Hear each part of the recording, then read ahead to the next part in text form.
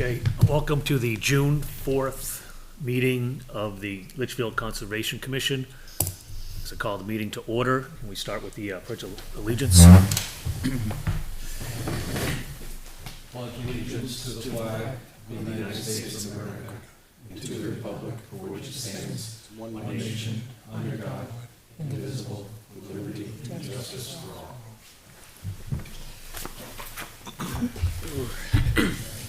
Okay, can we do a roll call? John McKibben, member. Harry Manzukian, member. Aidan McCarthy, alternate member.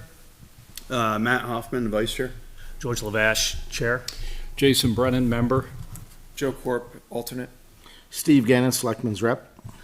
Okay, so we are missing Michael Croto, who's a voting member, so we need to appoint an alternate. I think it was Aidan last Aidan time. was Yeah. last time, yes, right. So I was gonna say, Joe, would you like to Yes. become a voting member tonight? Okay, so Joe Corp will be a voting member tonight. And first off is there any public input to non-agenda items? Does anybody want to speak about anything that's not on the agenda? Okay, then the first thing is new business. Chad Brannon, from Fieldstone Engineering is going to discuss the remediation of the pre-cut wetland at the Litchfield Estates, 13 Charles Bancroft Highway, tax map 1, lot 32.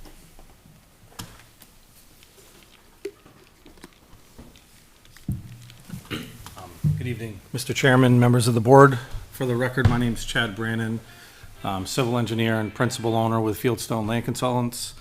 With me this afternoon or evening is Patrick Green with Sulloway and Hollis. He's the counsel for the project, and together we'll be representing Olson's Mobile Home Park LLC and Patriot Holdings, who are the owner and developer, if you will. We are before you tonight to talk about in particular, the enforcement order or notice of violation and cease and desist order that was issued on May 5th by the town. Shortly after the issuance of that letter, the owner got our company involved in the project, and we did have an opportunity to meet with Mr. Chairman, Mr. Lavish, and Ms. McKibben to review the impacts briefly, and that really brought us, to this evening's meeting. And so, if I may, Mr. Chairman, I did bring full-size and half-size copies of the plan with me tonight. I'd like to hand them Sure. out That'd be or great. submit them. And then also, I do have a number of copies of the letter that was prepared by our wetlands consultant as well. Have 5 full-size copies and then a bunch of half-size. We can share. Yeah, you can share. We play well together. Excellent. I'll give you Steve. the half-size. Steve, Yeah, and I might have one I have a online. question. I'm good. I'll Yeah. order. Do you want one? I'll ask him. I'm gonna bring it. Yeah, so maybe just hand them that way. I just realized I'm offline. You guys want to look at the full-size?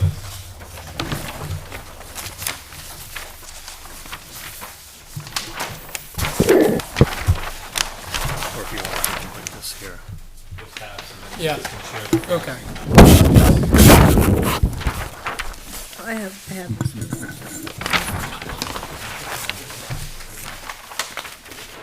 This is the letter that was prepared by our wetlands consultant.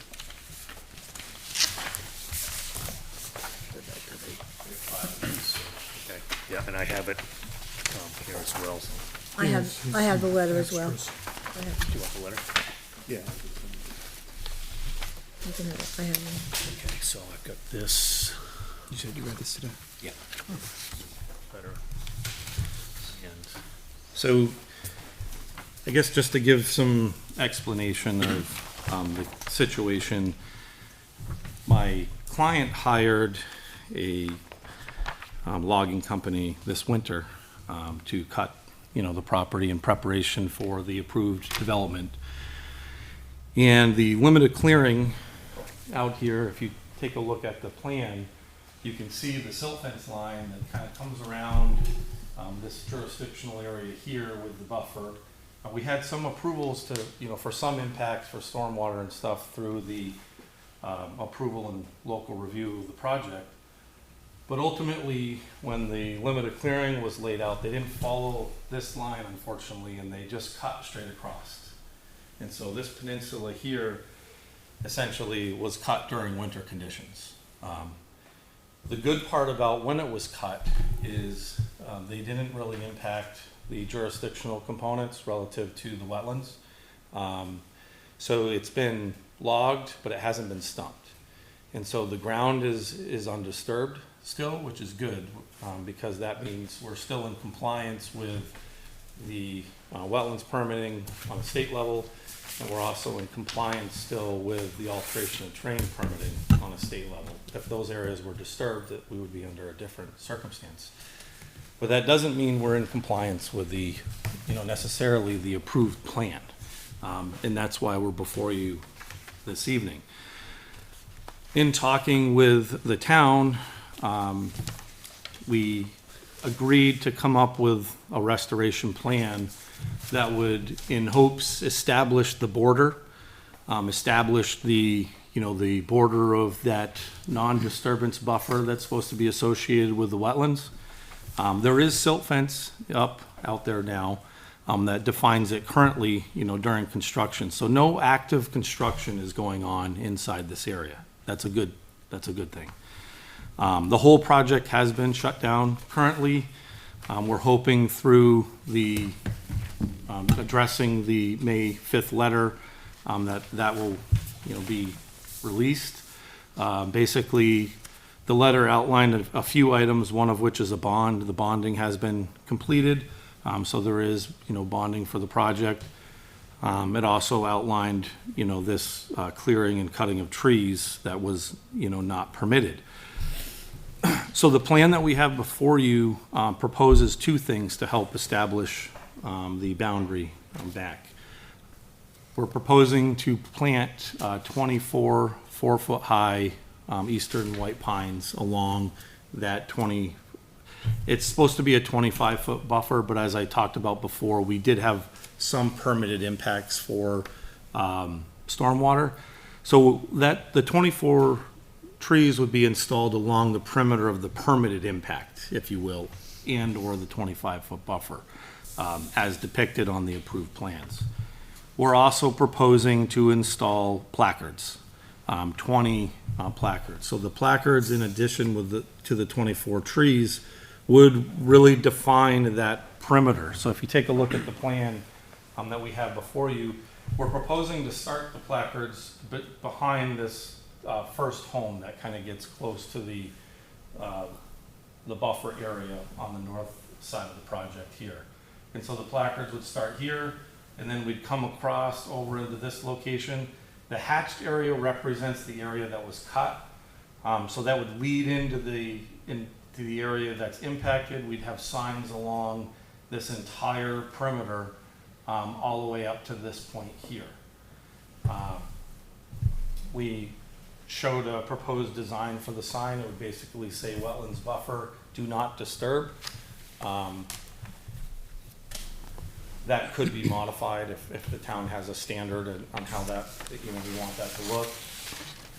And then we show the proposed trees along the perimeter. It is our professional opinion that because this was a pine forest, like the pine trees are the best, species to go back. And then the fact that the area was cut, Mother Nature will ultimately infill that area, in our opinion, the best. We don't really want to go in there and disturb the ground and disturb the buffer, and certainly can't go in and disturb the jurisdictional wetland areas. And so we think this is the best way to define the border, let it remain undisturbed, and then it'll ultimately come back. The functions and values of this area are addressed in the letter from our wetlands consultant. It's basically, a wildlife area. You could say it's, some stormwater mitigation as well. Certainly any stormwater would flow through the buffer before it got to the, that jurisdictional area. but it's not a high functioning, wetland. It's not a super sensitive area. It's certainly not like vernal pool or, a marsh type area. But nonetheless, it's jurisdictional and it wasn't supposed to be cut. What we really want to do is kind of separate two elements, though. We have a active construction site that is complying with, the regulations and following, the setbacks. And then we have, unfortunately, this mistake that was done by the logging operation that didn't honor the limit of clearing. So we're hoping that, I don't know if this commission can even make a recommendation, but in our opinion, they're two distinct, separate topics. Really need the construction to continue on this project. I mean, to shut a project down for a month during a build season when we have short construction windows already in New England is very critical and damaging. Nonetheless, my client is, definitely moving forward and trying to address this in the most appropriate fashion. The one thing that I don't want to lose sight of here, we've worked on this project since the beginning. We're probably on year 3 of this project, if not more. Massive cleanup efforts out here. I mean, this project was in extreme rough condition. Septic system, water lines, illegal septic lagoons, groundwater discharge permit, the permitting process and the cleanup effort that the owner, Olson's Mobile Home Park and Patriot Holdings have done is massive. Don't want to lose sight of all the good that's been done. A mistake was made here, trying to address it. But overall, I think this has been a really, really good project to date. It's brought the property into compliance on so many levels, and I'm happy to get into some of those details. We have a bump in the road here. We're hoping that the commission will work with us and find this proposed solution reasonable, and make a recommendation. We are planning on attending the selectmen's meeting next week to try to address it with the selectmen. I've reached out to the town manager in the building department to try to obtain some permission to allow the construction to commence, and we haven't had a lot of luck getting feedback to this point. And I think it's because they were really looking forward to seeing this plan and seeing what our proposal is. And so we're here tonight to discuss this and address any questions that the commission may have. Okay, yeah, so as the Conservation Commission, we can't weigh in on any of the bond stuff or anything like that, right? We can write a letter of recommendation for or against, based upon your restoration plan. I think this is a good time for everybody on the board to, raise their concerns or give input. We are a board, we meet here out in the public, and so it's time for us to, we can discuss, ask you questions, and hopefully you guys can, give us answers to questions we may have. So, do you want to start? Yeah, sure. Do you need just this one? I just want to add something Yeah. too, on the Board of Selectmen, so you will be coming before us on Monday. I believe Kim already has you on the agenda. You had 4 violations, you addressed 3 of the 4. This is the last one, so it was the, obtain the required performance bond, which you said you've done, obtain the required building permits prior to resuming. I assume that has been completed as well? It's my understanding that that's been completed, yes. Okay, so that's something we'll have to work with Kim and the new building inspector to assume. And then from the Conservation Commission's perspective, the Board of Selectmen is gonna take their input as to what goes on with Monday's meeting on how to move forward. Good. Okay, yep. So for the commission, George, Matt, myself, Joan, over a period of time, went out and took a look at the site, and we compiled some information on it, took some photos, and pulled maps down, things like that. I'm gonna share what our findings were on the screen. Harry, I know you didn't go out there, so you may wanna just take like a quick look, just to give you a lay of the land of what we saw. So number one, this is the approved plan right here. The area that's in blue, that's the 50-foot non-disturb zone. All right, so that's what we're dealing with, or right now, that was the approved plan. This is basically the same version of that plan, where the yellow line is the 50-foot non-disturb. The blue line are the wetlands. If I shut that off, you can see the existing conditions that were out there prior to the cut. So again, looking at this map, the blue's the wetlands, the yellow's the 50-foot, the line behind it, the green line behind it is the 75-foot. So they're not supposed to cut anywhere inside that yellow line. We then received some aerial imagery of the area that, let me hit this, that shows what the cut area was. So if you can see here, there is no cut zone inside the 50-foot buffer, and all this area in here was the areas that was cut. If you look at the map, you can start seeing the individual trees that were cut, and I'll talk about that in a second.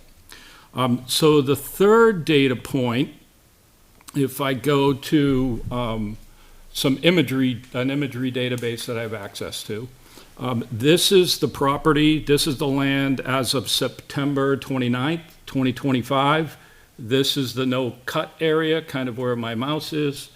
If I move this forward, you can see that on April 10th, this is the conditions as of April 10th.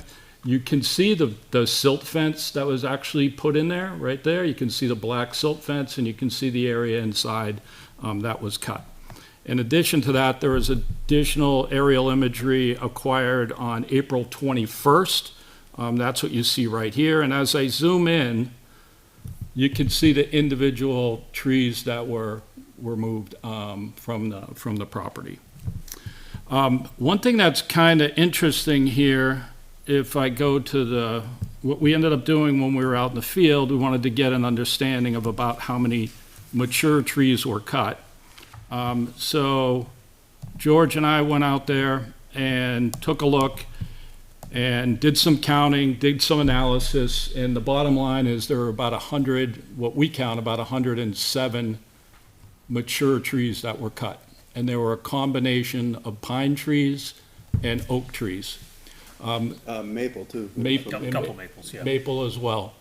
Some of them exceeded, we did some like ring counting on them. Some of them exceed 85 years old. So they were pretty mature. Harry, seeing you didn't go out, a couple folks didn't go out to the site. We actually went out and basically collected Google Street View of the site. So this is essentially what you see when you're out there. I'm going to hit the play button here. You can see us walking around. So that's what we're kind of looking at right now. So that's the condition as it exists right now. So you can see all the trees out there and what was cut. You can see the areas of the wetlands over here, and there's areas of the wetlands down here as well. One thing that I want to just point out, let me go back to the GIS,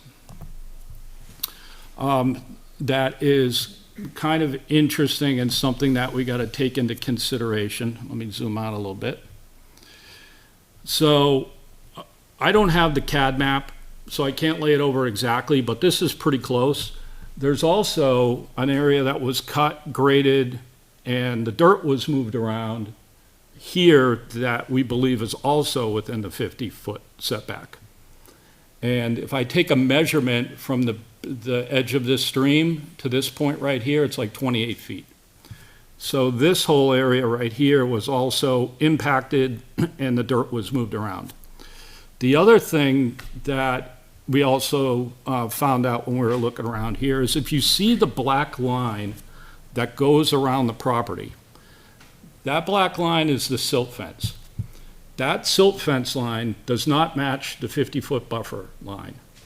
In some cases, it's over the line. In some cases, it's under the line. It doesn't look like that silt fence was put in using any survey or anything like that.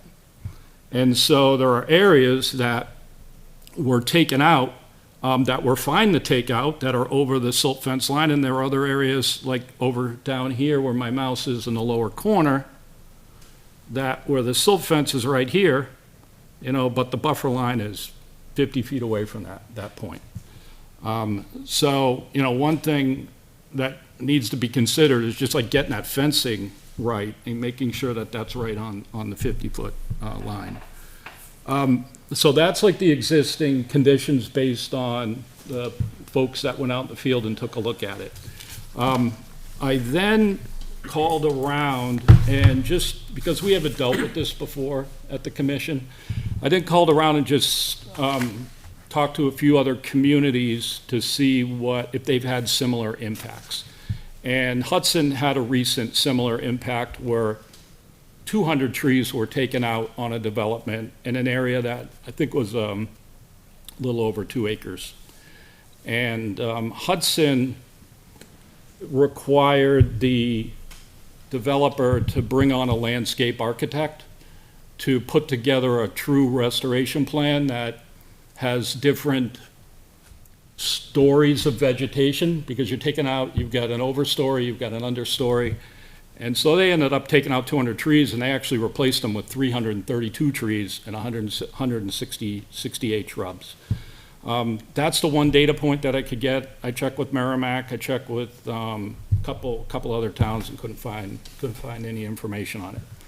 So that right there is just pretty much a summary of what we found when we were out there in the field, and then based on our research. May I make some clarifying points to that, Mr. Chairman? I Sure. appreciate the detailed work on that presentation, but what it doesn't account for is the approved limit of disturbance. So if you look at the silt fence line on the approved plans, so the approved plans that you reviewed were the existing conditions plan, but you didn't review the proposed grading plan. We have a stormwater management component right here that's inside the 50-foot buffer. And that was approved through the local, planning board review, engineering review, state permitting. And so there is a stormwater management basin in this location here. Okay. And you can see the silt fence, probably comes within 10 feet of the jurisdictional wetland in that location. And so the silt fence line that you see on that aerial image, which is very helpful, I think is pretty representative actually of what the approved plan is in this location here. All right. And I see how that lines up. Yeah, what's interesting about that is when they came in originally, there were no buffer impacts. Well, there definitely was, because we had buffer impacts. We had buffer impacts along the perimeter here, buffer impacts through here, all along this edge were buffer impacts. We had a buffer crossing, the existing road, as in shown on, if you could go Oops. back to that Yep. aerial image, the existing road Oh, sorry about that. Oh, you're fine. Getting there. Yep. is right here. It goes right through this buffer. We followed that existing road through there. So if you follow the existing road through there, you have to have buffer impacts. Because we're widening that road, there's associated drainage, and that's exactly where this is located here. So Did you get a buffer impact over here? I didn't take a look at that area. We do have a buffer impact in this corner up here. I don't know as if it's to that magnitude, quite honestly. It looks like that impact may have gone further into the buffer area in that one location. I'm trying to see. Now, the limited clearing, like that area was already cleared up there. If you look at the existing tree line, this was a surveyed tree line here.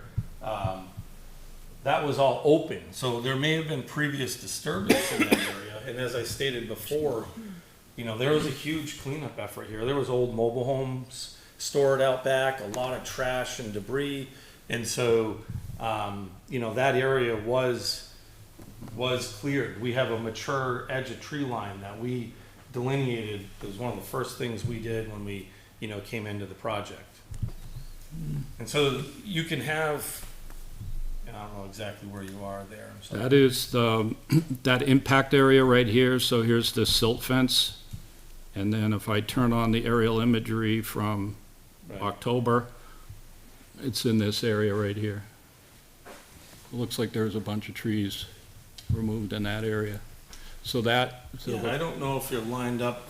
You could see the, yeah, you can see a mature tree line on that aerial image, but yeah, I mean, the imagery doesn't support what I saw when we started the project. And I think that that's important from a cleanup effort, you know, to look at, you know, where it was in the beginning. this is, for the record, this is like real imagery collected, you know, via ASPRS data collection, aerial mapping data collection standards. So it has to meet accuracy, so this is gonna be pretty good. I mean, it's not gonna be within a centimeter, Yeah. but it's gonna be within like a foot I or just haven't something. had a chance to compare exactly where it is. I'm looking at our on-the-ground survey plan where we locate, you know, Gotcha. this is the edge of mature tree line. It doesn't mean that there wasn't shrubbery in here, so it could look green from an aerial, but it may not be the actual canopy of That is what would true. be, Yep. you know, forest. All in here is scrubland, you can Right. see, because this is the tree canopy right here. The tree actually trees could actually be way back in here, 20 feet off or something like Understood, that, yeah, but you're- yeah. You're right. So, I mean, I think there's, the other thing to consider here is this area in here, there was actually an existing home kind of tucked back in the woods in this location that got demoed, and that probably shows on an old photo as well. There's a lot of trash that frankly the shrubbery grows through, and so it looks nice and clean from the sky. When you get on the ground, it's an absolute disaster. And I suspect that was probably back Yep. here. Oh, you're going back in time. I'm going back in time. There you go, there's one from 2024. There's a whole bunch of, Yeah, can you span this way a little bit? Or I'm not sure. which way, this way, that way? The clear-cut area is kind of in here somewhere. Right, this actually looks like the cleanup may have started. 2023. That's 2023 right there. That's a pretty good picture. Yeah. That's fine. So this shows, like you can see up in here, like this is one of the areas I Yep, think we're talking about, and it's all bare, you know, ground then. yep. Um, I still think there's just some encroachment up there there. very well could be some encroachment there. It's, you know, this is not an area I looked at. I was under the impression this was. Hyper-focused over there. Yeah. But the other thing to think about here, and like, we've done restoration plans all over the place. There's actually some good that comes from cutting areas because it offers diversity of vegetation and habitat. And that's touched on in the wetlands letter. You know, it's a mistake that wasn't even made by my client. And so we're here looking for, you know, some concession. Frankly, we're trying to do the right thing. But there, you know, we have a situation here, 24 4-foot tall trees is an expense. Planting them is a huge expense. This whole project has been a massive expense. And so, you know, I think making sure that this area is preserved from now would, you know, is an important, you know, step in the right direction. You know, there's no regulations, and I think to your point, Mr. Brennan, there's no regulations locally that establishes what is required for, you know, restoration, and so it's a matter of, you know, what is reasonable. I can tell you that the mature forest area, which you were counting those large stumps, as you can see, all in a winter cut, when they go through, they're not really disturbing the understory. There wasn't understory here. It was a lot of pine trees. It's very acidic, so they don't have a lot of story in that condition. And so, you know, there is, each property is different, so you're referencing a property in Hudson, it could have been a completely different, you know, function and values of wetland, could have been a completely different landscape. There were no wetlands involved, actually. Yeah, I don't know anything about it, I'm just saying it's completely different. We're asking for, you know, the commission to look at this under, you know, the lens of this project. And in Hudson, that was near the river, so probably floodplain, much, much different soil than upland here. I had a question about the white pine. Pines will grow 50, 60 feet high. Is that really what we should be doing? I'm not sure if we should be replanting all pines there. We're open to suggestions or recommendations. We did consult with a landscape architect, and because of the underlying soils likely being very acidic, they recommended a pine species. There are a number of pine species we could look at. It's my understanding with the eastern white pines, you can actually let them grow to a reasonable height and then top them, and they don't continue to grow to be extremely high. And so you might find in this condition, you let them grow 15 feet tall and you top them, and then they tend to grow out a little more instead of up. True, yeah. They I have a question. Okay, you're going to line the area with white pines. Let's just say that. What happens to the rest of the ground? Well, what we've found, I mean, I've been doing this for close to 30 years, right? Mother Nature does this part the best, right? You're gonna have pioneer species that are gonna come back, which will probably be pine shoots. You're gonna have, I mean, right out here, is this a transmission line out behind here, or? no. But that was brush hogged at some point, and that's Mother Nature bringing it back. It might be 5 years, it could be 8 years, but That was 3. 3 years. Came back. Right. But that's what it's gonna look like. Give it a few years, and the right species come back because it's Mother Nature doing the job, right? We're trying to introduce a species that's native. We know the soils are acidic because there wasn't an understory, and it was primarily pines. But we're here looking, if the board wants us to consider other species, we're happy to do that.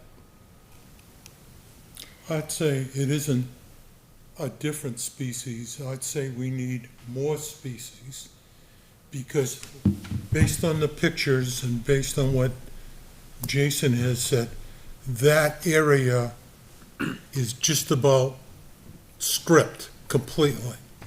Okay?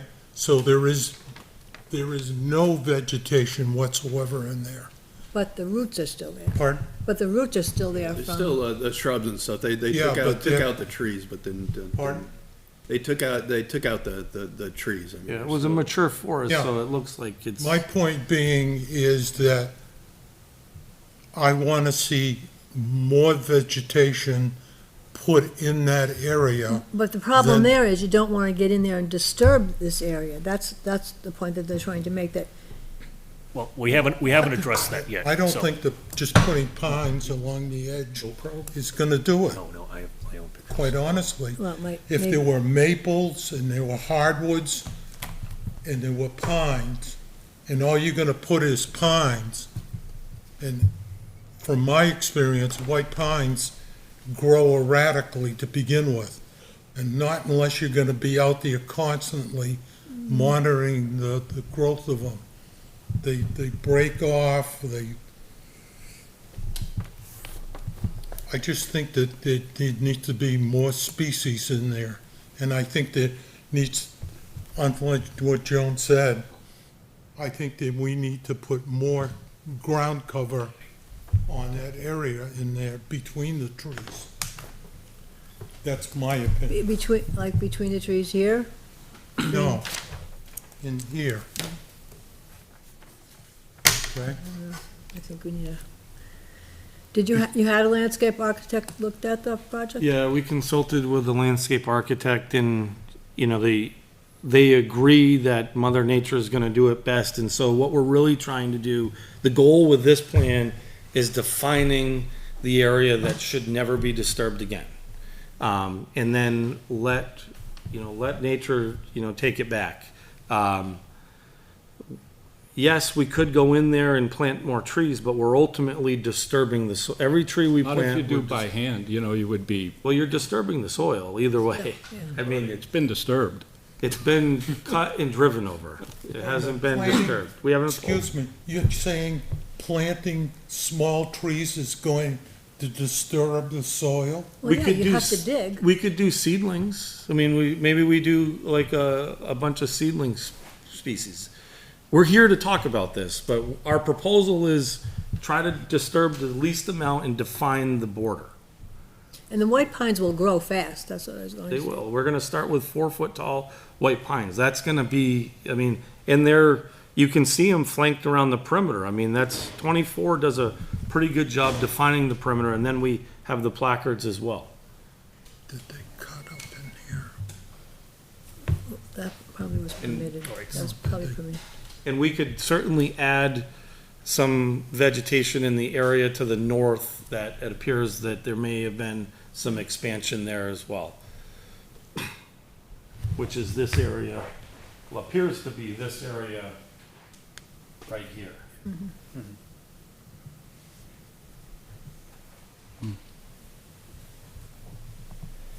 So, do you have any questions you'd like to ask him?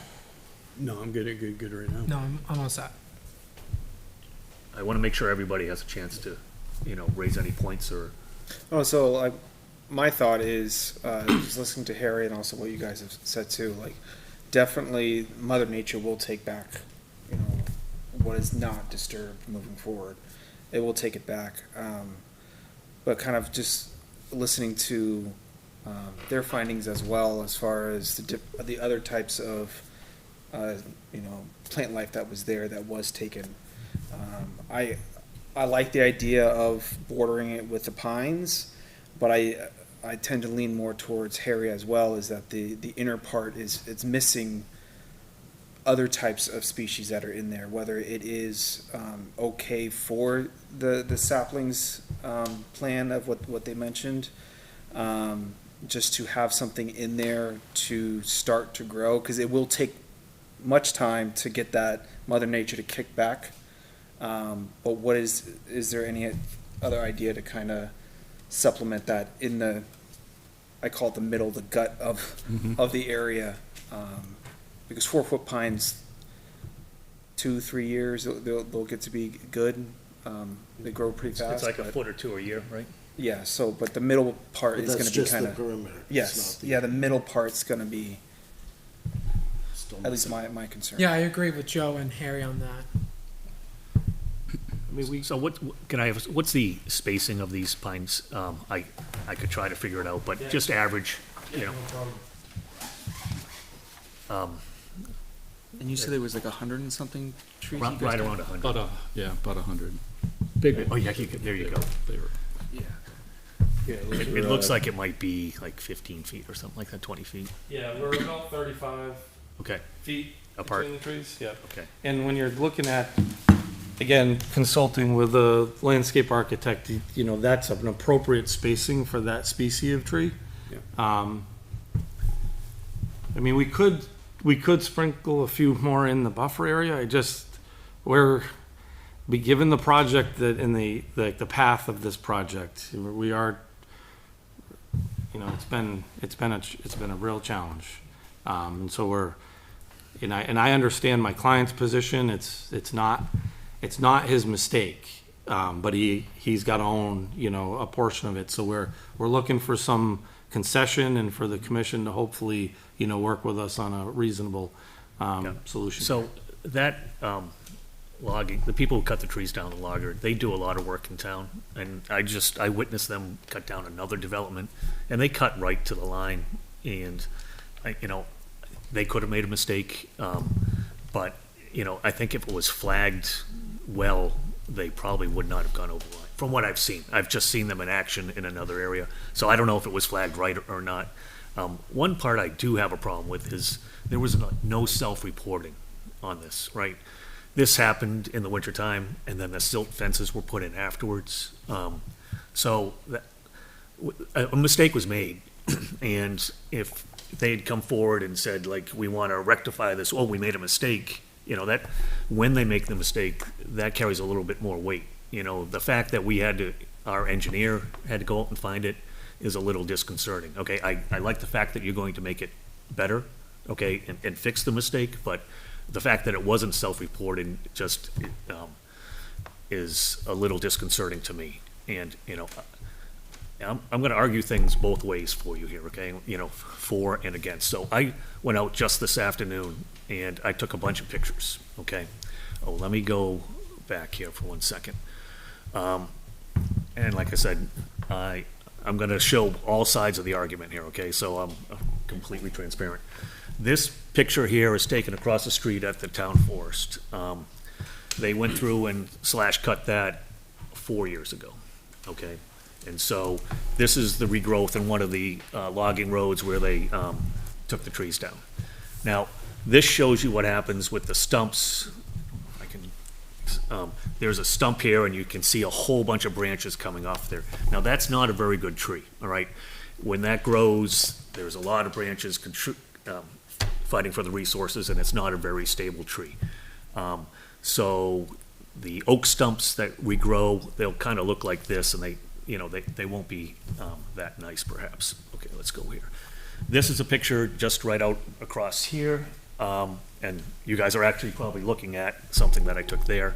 And this gives you a little bit of perspective as far as height goes.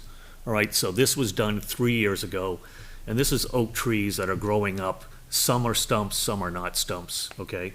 But in 4 years, you can see this might be the height of the area that you guys cut down, okay? And now, like I said, I'm gonna argue everything here. You can see here in this picture, sorry, going in and out, but these are maple saplings. This is an oak that was seeded by the oak tree that was cut down right next to it. So we do have oak and maple seedlings out there, okay?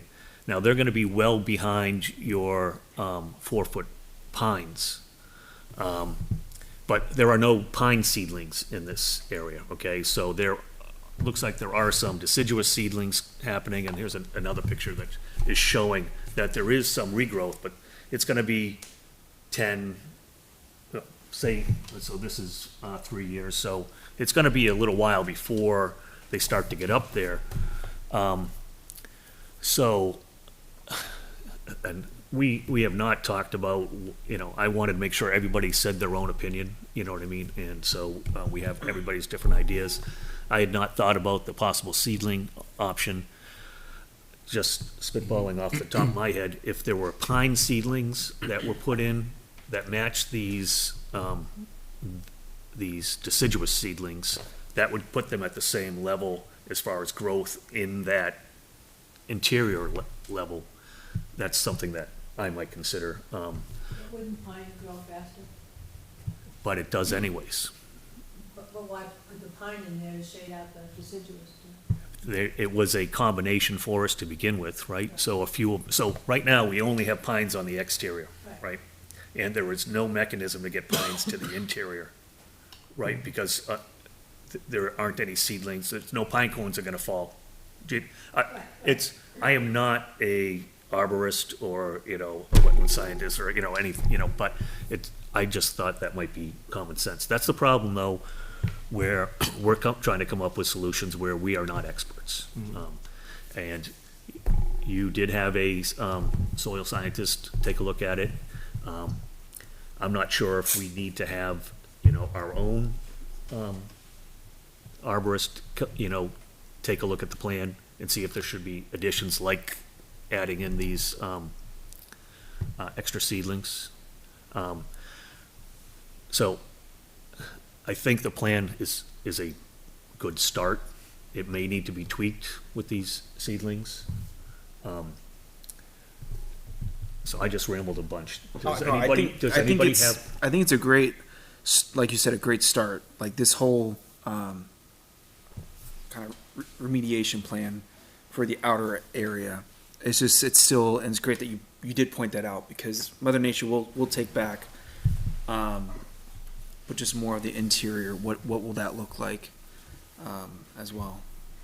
So if it is something maybe you guys know from our end or the town end, or if you know, do we need to just kind of collaborate with what is being said and seeing if there is a different idea for an arborist? Okay, so I think what has to come out of this meeting Yeah.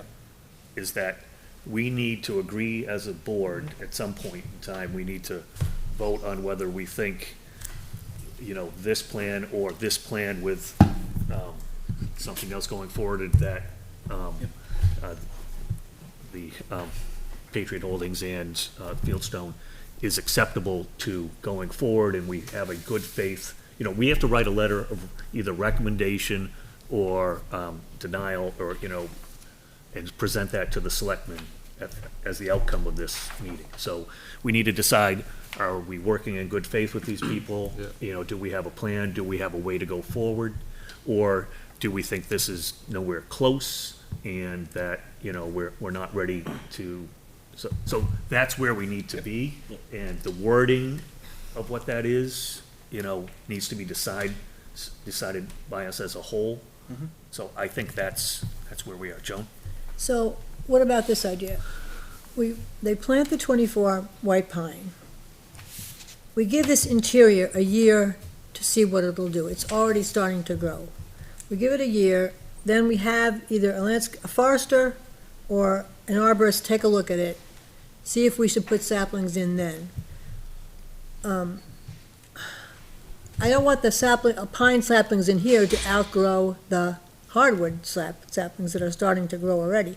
Up here on the north side, I wish they would put some like lilacs or something flowering, not specifically trees to shade this whole area, but something that, would look good up in the north side if they want to do some buffer work in here.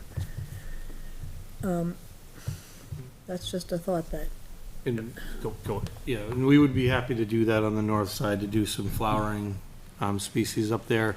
And I just want to point out that our focus was on establishing the perimeter buffer and making sure that people who move into this community know that they're not supposed to be there. And so that's why we proposed, 4 foot tall. But if the commission feels that a seedling effort and more, dispersed in the buffer is something, then we can do that. I was just focusing on, in discussion with the landscape architect, focusing on, what species is going to thrive in very sandy soils, acidic soils, and the pine is going to thrive and grow the fastest as a perimeter species. It doesn't mean that other species don't belong here. They're just not going to thrive and grow as fast. And so I just want to say that, we're not against blending species. So if the commission says, hey, 24 is great, if you want to do a couple oak and a couple maples or whatever, we're here to get that feedback. So I appreciate the discussion. I have one more quick question. Assuming that you go with the trees around the edge, who's gonna monitor those? Are your company gonna go out and check on those trees? Yeah, there will be a management company, that takes care of the property. And the vegetation would be, part of that. And I don't know if you mean like the success, like whether they'll live Well, or are you talking height and? God forbid, in New England, we don't have droughts, and then we don't have ice storms, and we don't have, constant from year to year. You put in this effort with the trees, so who's gonna keep an eye on the trees to make sure that what you put in grows? No, it's a great question, and I think it speaks to why we're proposing what we are. We do a lot of gravel pit restoration, restoration in very sandy, well-drained soils, pine trees thrive. They don't need a lot of water. And if we put maple trees in, maple trees are very sensitive species. You need to have water for them to thrive. The seedlings will grow as they can. It's a natural growth. When you plant a maple tree, you have to have water. And so the success of that species is not going to be as strong and as I understand that, and that's why, yeah. but to my point, who's gonna monitor, you know? We can put that, Harry, as a recommendation in the letter that we're gonna craft that just says that there's maybe a 5-year monitoring plan for this, and that if a tree dies, it just gets replaced. I mean, that could be in there. The other point is the project is bonded, right? So there is a bond in place. This is not a 1-year project. I mean, there's a lot going on here. So I think there is an ability for people to take comfort in, someone can look at this plan, we can look at this plan, down the road and report back. We do weekly stormwater inspections out here, and so we will, offer feedback to the developer if we're seeing a condition that's not, successful, whether it's a tree that's, needs some attention or, as part of this plan.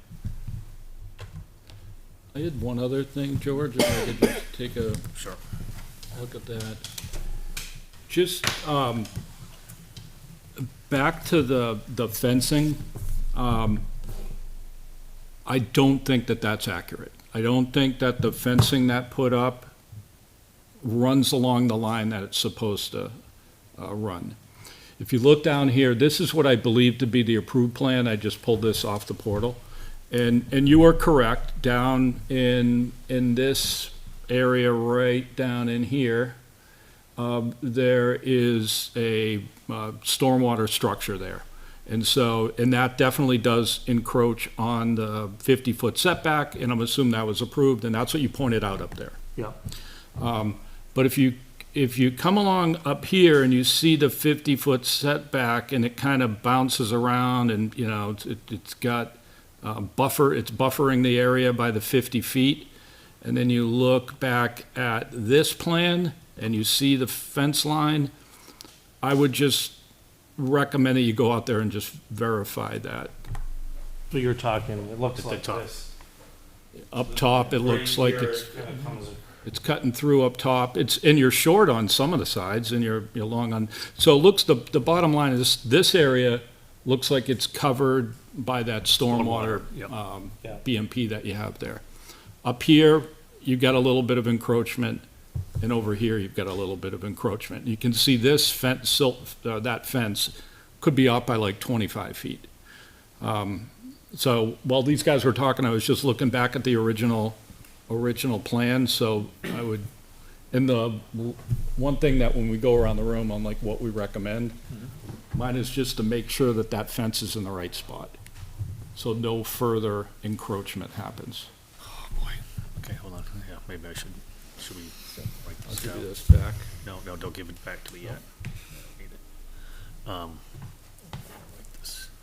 Add that up there. Okay. So, okay, Michael, did you have anything that you wanted to weigh in? We were kind of going around the room. I think, it makes sense that, I think that recommendation that Jason talked about, I think that's a good idea. And certainly, this, whatever, it has to be, this has to be something that has to be, remediated. I think you're right, George. I think that, why didn't they self-report it when they should have? I think that's a big one. Because I think that, this, I mean, I just don't find it acceptable, but, you know, I think we have to figure out a way to get it to a better place. So, that's just my opinion.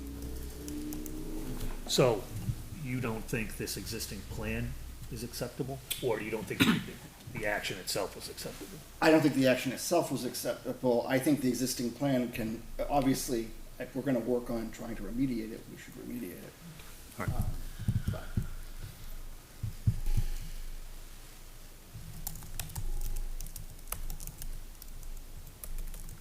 All right, sorry, I'm just trying to, George, I had, Figure- while you're going, while you went around the room, Yep. so, like I'm just jotting down the bullet points oh, you here. did. Okay, good. Surveyor set the fence, talked about that already.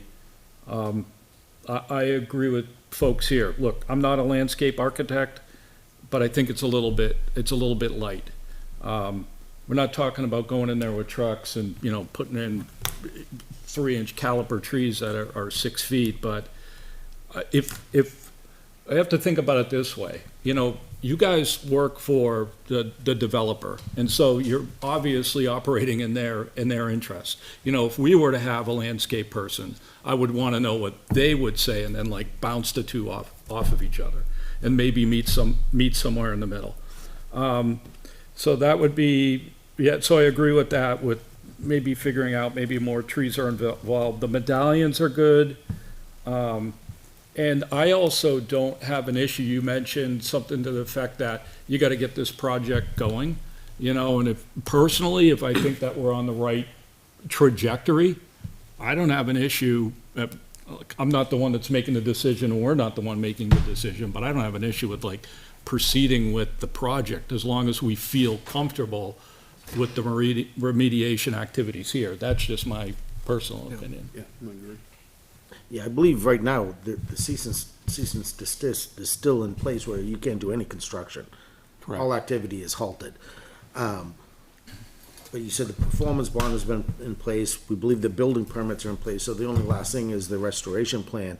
My take and what I would present to the board on Monday is, let's lift some of it so that the construction can start going on until the Conservation Commission comes up with an acceptable restoration plan, so that at least the other work can start going on, knowing that, don't play in the sandbox anymore. Let's figure out what we have to do long-term, and then leave it up to to the conservation. Because I would hate for a simple plan to be pushed through while all this work is waiting for something to come through, until these people are happy, let them focus on this, but I believe the rest of the work should be able to continue.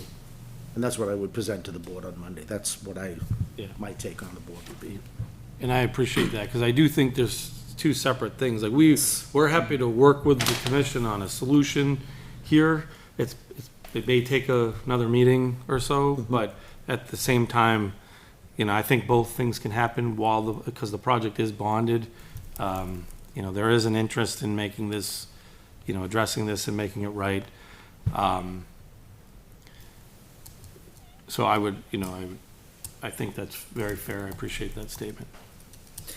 George, I did put a call into the county forester today. I didn't expect to hear from him back today, but they'll come out at an owner's request, but 10 acres or more. So I don't know if they'll come out for this, but at least if I could send him this information and maybe get some input from the county forester, would be good. Yeah, so just so everybody here knows, we're at we're like an acre. It's basically just shy of 70,000 square feet. So it's under 2 acres, over an acre.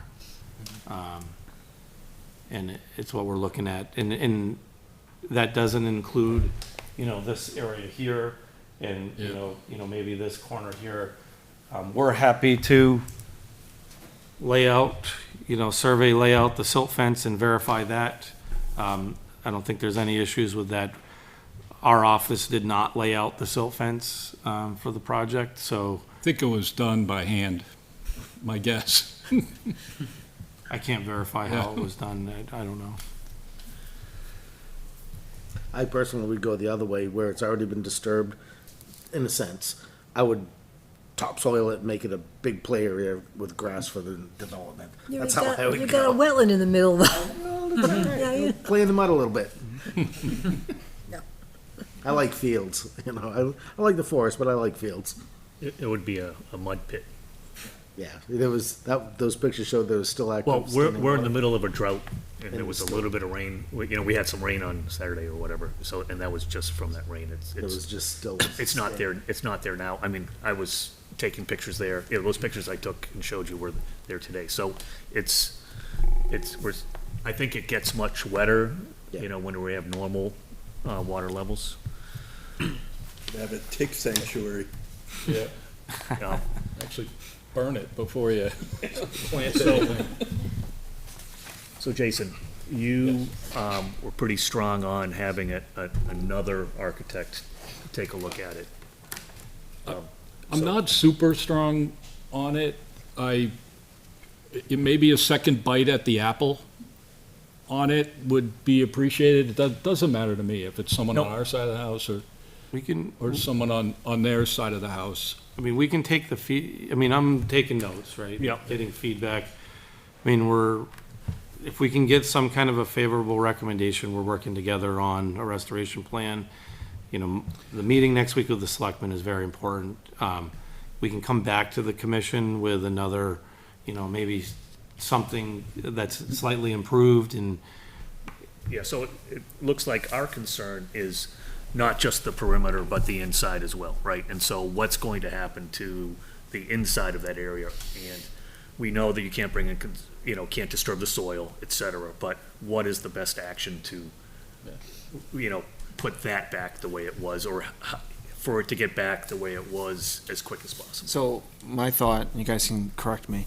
I like his idea as far as, and what he mentioned as well is these are really two separate things.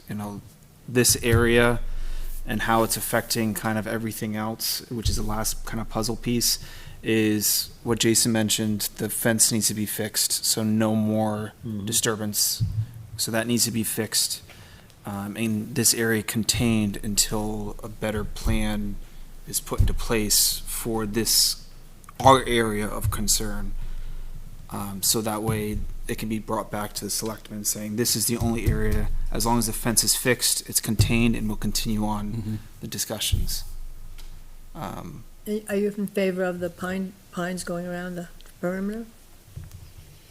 Yeah. So the pines, what he mentioned, it is correct. They are, they're valuable to definitely have, and they're easy to take care of. To Harry's point, as with the wording inside the letter of recommendation that at least some type of plan, whether it's the property management company that is taking care of the property, to have some form of checking on the trees, or if it's something you guys come and do inspections of the areas, you make that recommendation that, hey, these are they don't look like they're doing well, that type of situation.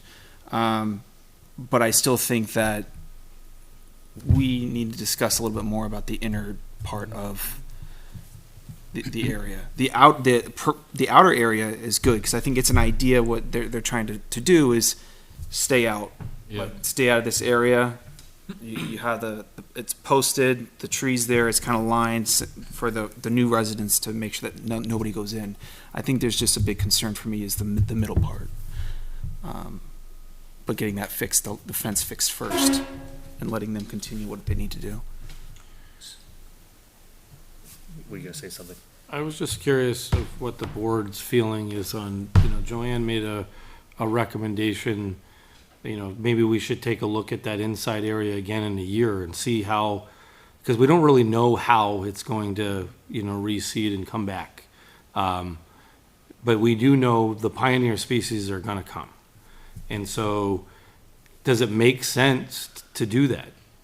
In one spring, it's starting to Right, sprout I mean, already. we're just barely, exactly. I mean, we're just barely into, kind of a real growing season here.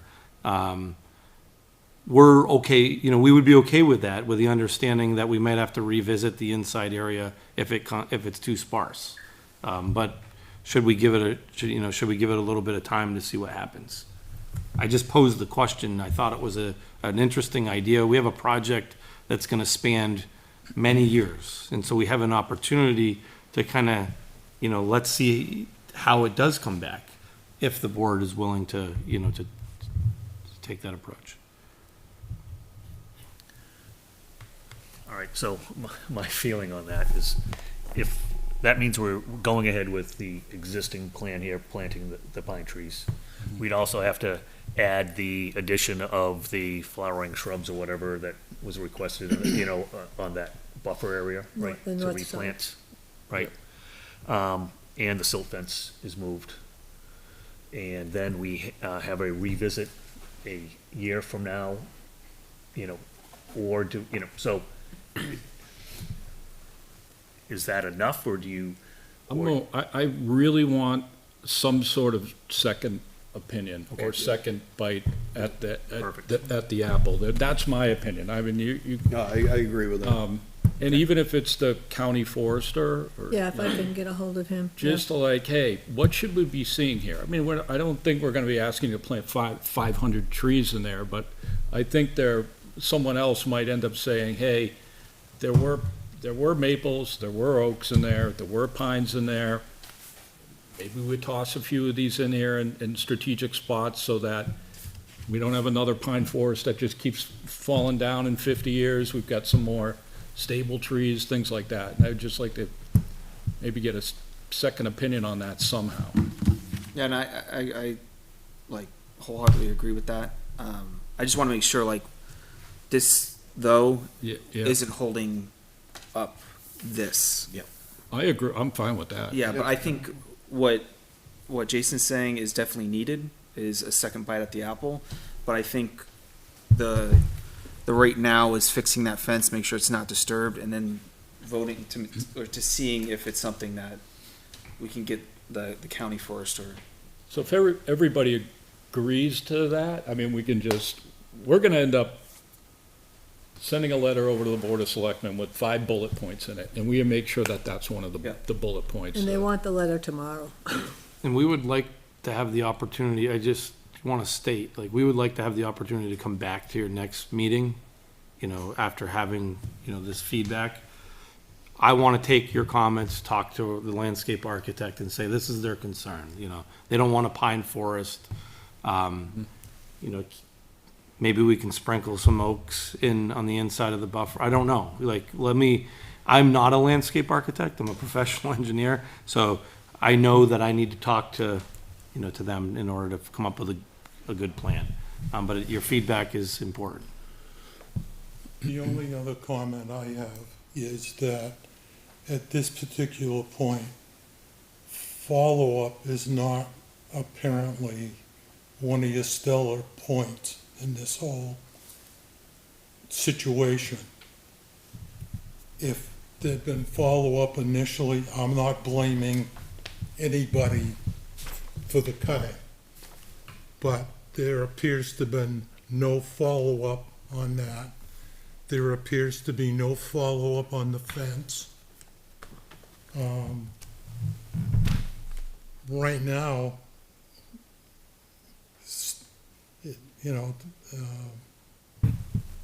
just seems like you're going ahead and doing these things and no one's monitoring them or checking on them or, I want to see the project move forward, okay? But I don't want it to move forward if nobody is going to check on the important points, the construction, the reforestation and all that sort of stuff. And quite honestly, I haven't heard that. Well, some of it will be done by our engineer, the building inspector. Well, I understand He's that. gonna have eyes on this, but there are. But the main responsibility There's no is, self-reporting if this. they agree to it, then it's their responsibility to make sure that it happens the way that we all agreed to it. And I think I thought that I clarified this, but I'm sorry if it was misunderstood. we are comfortable checking the silt fence. Like, we have licensed land surveyors in our office, you know, full field crews. We can lay out the approved plan, silt fence line, and adjust it. It sounded like that was one of the bullet items that the commission may look for. That will be something that we are agreeing to and will be done. So, you know, we understand that there's some concerns there that was raised. It was a very well, you know, prepared presentation. We can check those areas and get that, you know, corrected. And I just want a form of clarification. Fieldstone came in after all this was done, right? So We were you guys are contacted after the mediating letter was, situation. I mean, our follow-up was quick. Yes, yes. When we got a copy of this letter, we immediately reached out to the town, to the building inspector. You know, unfortunately, he was interim at the time, so we did the best we could to meet, to get here as fast as possible. I think we were involved 2.5 weeks ago. Yeah, yeah, so I think, you know, the idea of follow-up, I think, like, for the area that's our concern is one of those bullet points as far as making sure that Monitor, it's yeah. being monitored and checked, whatever the mediation is for that, or remediation is for that. So, Joan, you said that the state forester would come in only if it's 10 They'll acres. visit a site if it's 10 acres or more. But I was hopeful that if I scanned the information to him, that he would give us some input. So is it, if I may ask, is it 10 acres or more is cut, or 10 acres No, or more is an issue? 10 acres or more, he'll give advice. Not necessarily cut. So if the state forester can't come and we want a second opinion, do we? But to that point, that maybe the landowner could contact him. It's Michael Gagnon out of Goffstown, out of UNH Extension. It's a county forester, Hillsborough County forester. So maybe if you try contacting, you might get a little further. Yeah, I know Michael. We can try to reach out and see if he's willing to come out and, you know, That'd take be a look great, at the site. You know, when I said second bite of the apple too, I mean, our goal is to take your comments. You said, you know, the third party isn't absolutely necessary. I mean, that's gonna come at an additional cost. Like, unless it's the state forester, I mean, we'd rather take that cost and put it into additional landscaping, frankly. You know, to try to make it as productive as possible. So I'd appreciate a second bite at the apple, just from taking your comments, reviewing it with the landscape architect. We were happy to reach out to the, you know, the state forester. Not looking to be difficult, but do want to be mindful of costs. Yep, I get it. I mean, I think we have 3 options, or 4 options. Number 1, let it go as is. Number 2, try to get the county forester or the state forester, that County. person that you're talking about, which could probably just give us a little bit of insight, you know, for no cost, essentially. Right. Number 3 would be to have these guys, we would hire a landscape architect on their dime, and they would be working for us, and they would put together a plan that we would try to mutually agree to.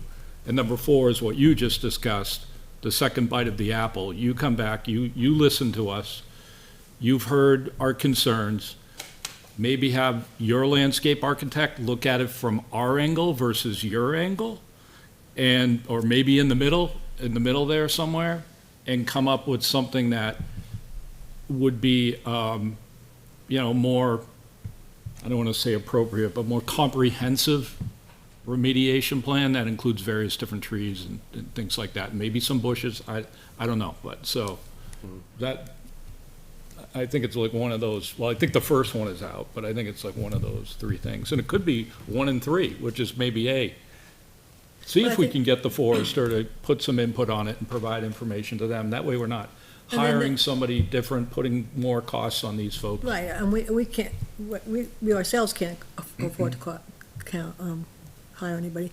Can they come back in July, when our July meeting is?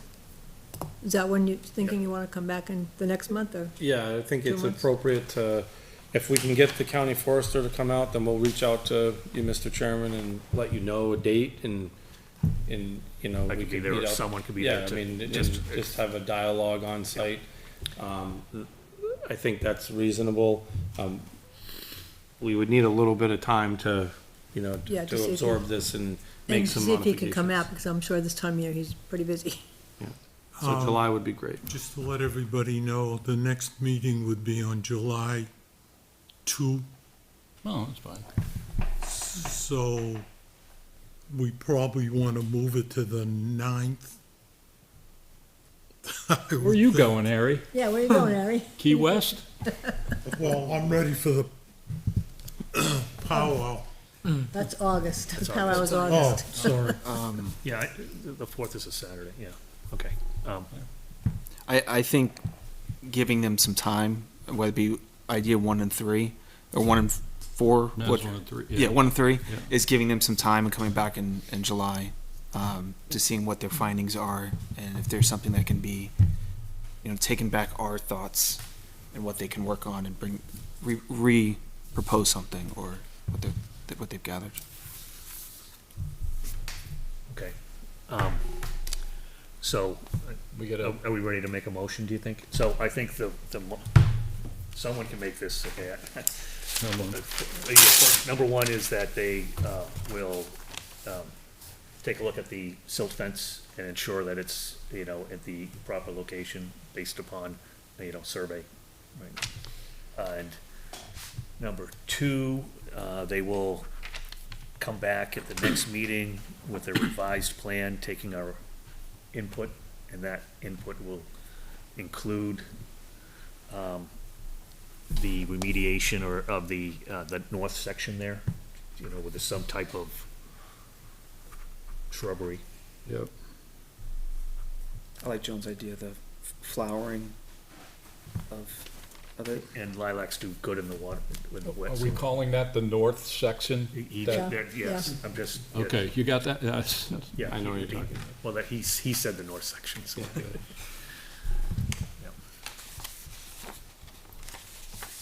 Can I ask, if at all, Mr. Chairman, if the slideshow that was presented, if that can be shared with us, just so that we're, you know, we're looking, I could take that and, you know, share that with the landscape architect pretty quickly too. That wasn't a slideshow, that's like Like your live presentation? online. Oh, you were stuff. live, okay. Yeah. No, don't worry about it then. I thought it was imagery. What I could do, if it's fine with the board, is, excuse me? Can you do screen caps of it? I could send you an ArcGIS Online link to this right here. I can open this up to the public and send, is this the one? You're not, oh, you're not shoot. looked. Oh, hold on. You need 2 screens for you too. Yeah. We need an A/B switch. Old school. I could send you, is this the one right here that you were thinking Yeah, about? that would be helpful. Okay, I mean, can send you this link, and you should be able to just access it directly. Just note on the side here, this isn't 100% accurate. Basically, we took your plan, geo-referenced it, probably pretty close, but maybe give or take 5 feet in either direction.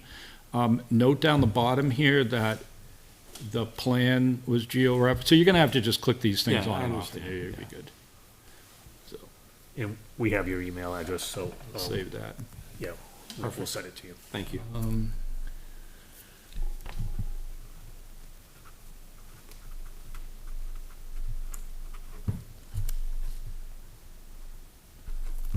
I'm writing these things Yeah. down. Okay. Okay.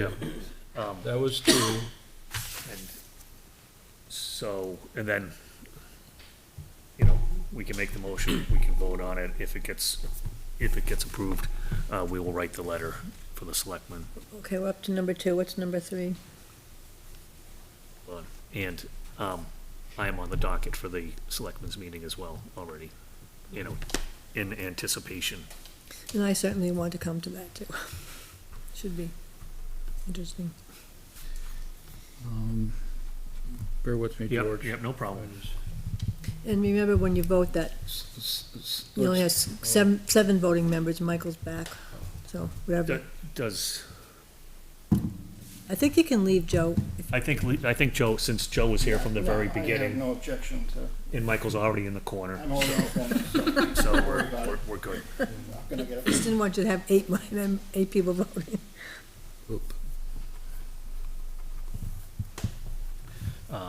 Okay, so I think, I'm gonna list this stuff off, George. Sure. And I wouldn't, the way we word the letter, is everybody on board with making the statement that we feel we're in a good spot and that the Conservation Commission doesn't have an issue with construction starting back up? I Should- have an sh- issue. Wait a minute, should we even say that, or is that selectmen's That purview? wouldn't be, that's not that's not our, it's not our, Well, it is our purview of just telling the Board of Selectmen that we don't have an issue if Well- it starts up. That's my, Well, that not was with my them statement. starting up, but that, we have to only talk about that area. That's what TA wants, just a letter that we're happy or we're not happy with that area. And then I think the selectmen would take it from there. And they need a letter by tomorrow? Well, she said by tomorrow, but, it has to be. so she can get it on the 24 hours. docket. It has to for be Mon- 24 hours for- before, but yeah. Because she sets up the agenda for Monday and tomorrow. I mean, you could sentence it in a way where you don't believe that this should hinder its construction. Yeah, that would be good. I'm just Feel wondering if like it's we worthy. have a plan forward for the Yeah, restoration. because, there is a plan. Yeah, and I don't want something that's gonna take, one meeting every month. Yeah, there's a lot of construction time being burned. But as long as the silk fence is Yes, that would fixed be, prior to it, I just wanted to know if I should include that in the motion, because this letter's gonna end up getting read into the record. Yep. And if we want one of those bullet items to say something to the effect that, assuming that the contractor submits us a revised plan, blah, blah, blah, blah, blah, it feels like we're on the right path. But Let we me don't, rephrase but that. also, we don't want to wait for them to submit an approved plan to have them wait another month. We don't want to do that. We want, That's right. we want to say that we're working, somehow we're working together. We agree. Let's just with- leave if- it out, Yeah, Yeah, we, simplify it. if Yeah, we we- agree we- with their basic start, and then we're continuing on. and that we're working on a plan to, for the mediation. Plus, you're gonna be there. Yeah, you'll be there Monday. You'll be there. to And you're able to gonna be there. represent it. Right. Yeah, but they may not let the audience talk. Who knows? We're just trying to figure out what goes into the letter. That's Yep. the bottom line. yeah, but I agree with you, because one of the items on the cease and desist was a remediation plan. But if we have a plan. that the I'm conservation comfortable has- that they're not bolting and that they're gonna, Yeah, yeah. we're gonna work together to get this done, and you guys can start Right. getting construction going. So are you ready to make the motion? Yeah, I only have two things in here. So we wanna make sure, number one is we wanna make sure that they, let me use some better words here, revisit the fence. Revisit the fence, would be number one. Number two, come back at the July meeting with the revised plan that includes the north section remediation, a north section remediation strategy. Number two, a revised landscape plan for the interior area. And then also includes some sort of note on the plan for monitoring, how it's gonna be monitored. Yeah, that was the third one I had written down. And then medallions, I think the medallions are fine. I'm not gonna leave that out, but I would probably leave those in the plan, but They're part of the plan, Yeah. right? is there anything else? I'm just a little concerned about if they can't get the forester or another input by July, we don't want them to be held up again in July just because they didn't come back in July, so no, how do you word that? No, I don't think, so, we are saying that we are working with them in earnest and that we do not have, we believe, you know, that they are going to remediate to our satisfaction, Okay, all right, and that is not a sticking, Okay. sticking point. And hopefully that won't affect any construction Yeah. on the outside of that, so that's separate situation.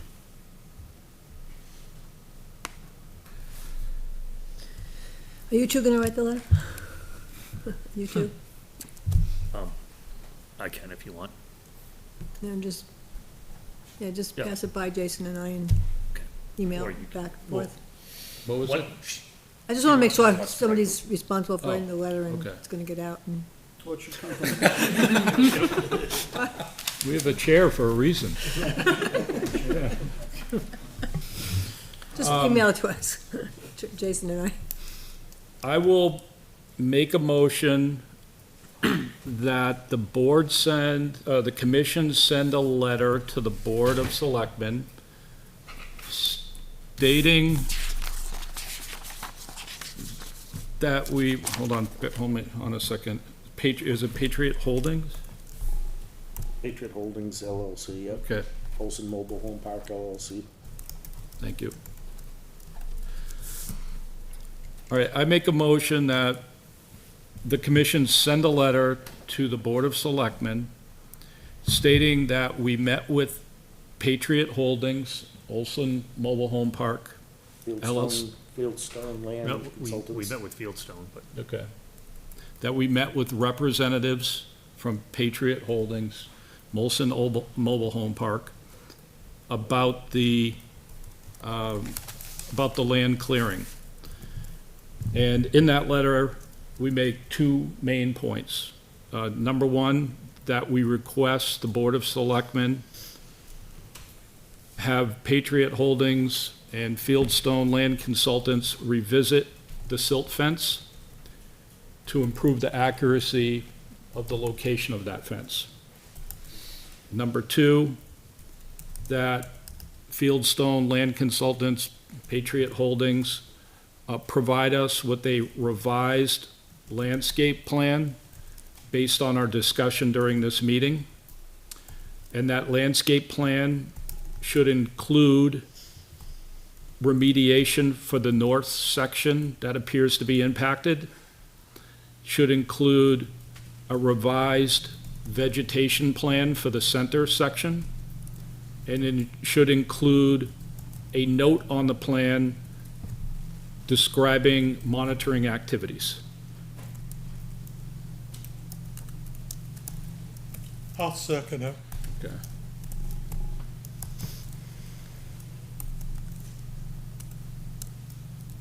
Mr. Chair? sorry, I was just typing that down. Okay, so we have a motion, we have a second. Do we have any discussion on the motion?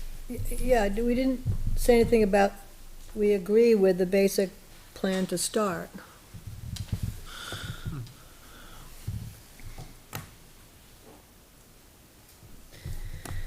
Revised landscaping plan, including. Right. Well, I think we gotta wait for the feedback, right? If they wanna But- make but some aren't- oak trees. But aren't we agreeing with the perimeter? Well, I think Well, because we- the there was feedback a- we gave was that we agree with it, but it's just the middle part. So the outer part will stay the same, but it'll be part of the new or the revised section. But we of what didn't say Jason that said. we agree with the outer part. We were also waiting to see if they might come back with the recommendation that, some of that perimeter might be hardwood as well. Okay.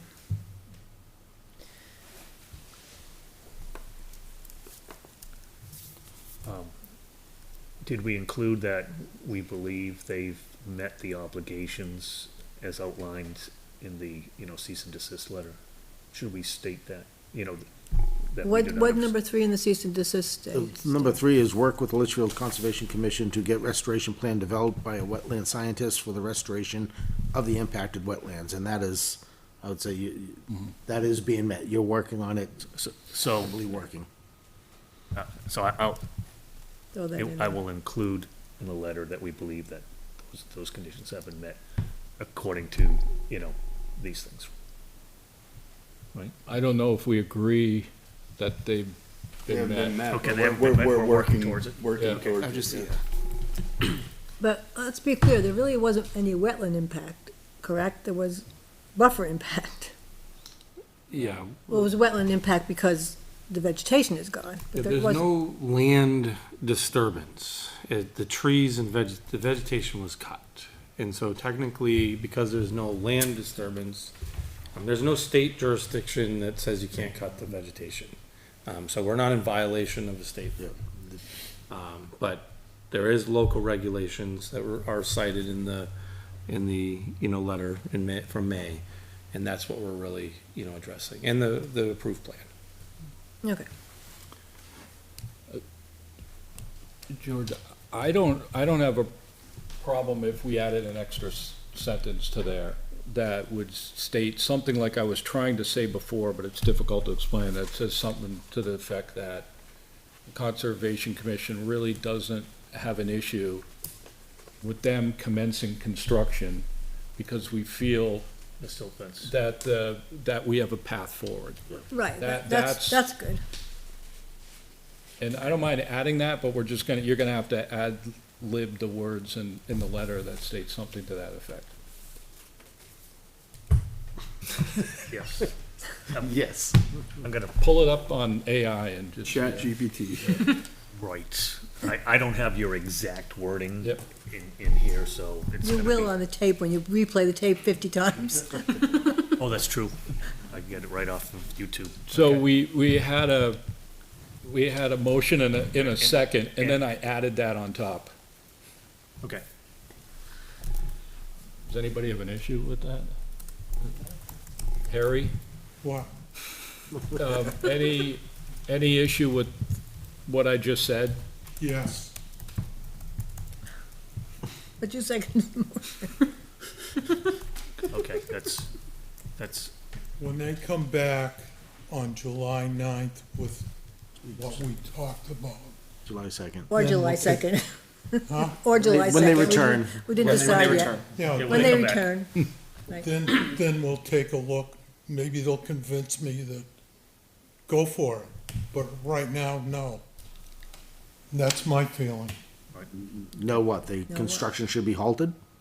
But Know what? I don't think they should start construction. That's what they're looking for, right? Well, there was three things.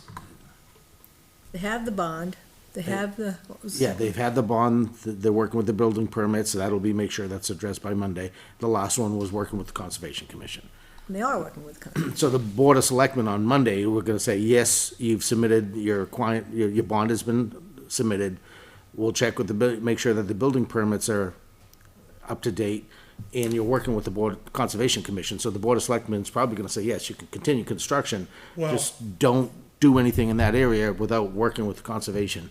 And the first thing Conservation wants is the silt fence to be restored or repaired. correct. So it's not up to the Conservation to say the construction can continue Well, I and stop. understand that. In my opinion, Yep, that'll be I'm noted. still sticking to my guns. Yep. it's okay. I want to see him come back on July 9th with the revised plan, and maybe they'll convince me to July 2nd. change my mind. But He'll be here tonight, well, he'll be the second. They'll come back, you come back on the 9th, we'll be here on the 2nd. Okay, so we, fine, is there any more discussion?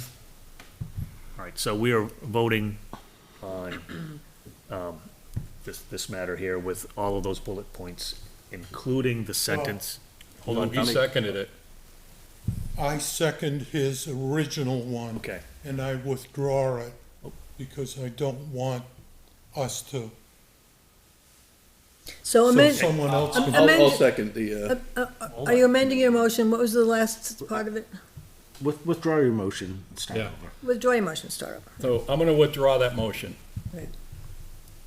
Harry, you need to withdraw the second, or Yes. not withdraw it. I withdraw the second. All right, so we're back at square one. Right. Do you have maybe you make the motion? well, I'm allowed to make motions as the chair. Absolutely. Okay, so I make a motion that we instruct the Board of Selectmen to have the Olson Mobile Home Park via Patriots Holding and Fieldstone Engineering, revisit the site, the silt fence location to improve its accuracy. And that Fieldstone will come back at our next meeting with a revised landscape plan that includes a revised north section remediation, which may include flowering shrubs. It also include a revised interior remediation section, and to include on the plan an inspection timeline. We will also indicate to the Board of Selectmen that we do not have an issue with construction going forward, and that we believe we are acting in good faith with, or they are acting in good faith with us. Good. Moving forward. I second. Any further discussion on that motion? Okay, all in favor? 2, 3, 4, 5. 1, 2, 3, 4, 5. You abstained, and you're no. You're no. You're Okay, against. so the motion 5-1-1. passed 5-1-1. Okay. Thank you for your time, and we'll see you next month. Yes, we'll see you Please, Monday. please let us know if it's the 2nd or the 9th. Maybe July And- 4th. and I believe it's the second, and you'll see me Monday as well. Thank you for your time. Who's got, guys so who's got much. his email? I do. I do. Okay. All right, Have a good night. good night. I feel bad for you guys, by the way. Did what? And that's It's only 2 acres, but it's still, only, two's huge. like I said, I like it to be a field. It's a plant grass. We'll So- we'll have DES know that. You'd Yeah. like it to be a field. We'll be filling that right away. How many soccer fields do we need? Yeah, really. Joan, do you want this? Sure. Unless, you can have, you want this one? I have 2 of these. You want this one? I, You wanna, Okay. Yeah, do you want these back? one and took a picture. you might need to pass them out on Monday. There, took Yeah, there you go. You guys have to make more copies. the one in, The pink? yeah, Maybe she's some reading you need, or maybe we'll be famous. I didn't think we could. Yeah, if they're doing their job, they can. Okay. And we still have the rest of the meeting to go. Yeah, let's make it fast. We're gonna, Okay, thank you, yeah, thank you. we'll try to go through as fast as possible. And we can table things, actually. With the rest of the meeting. Okay.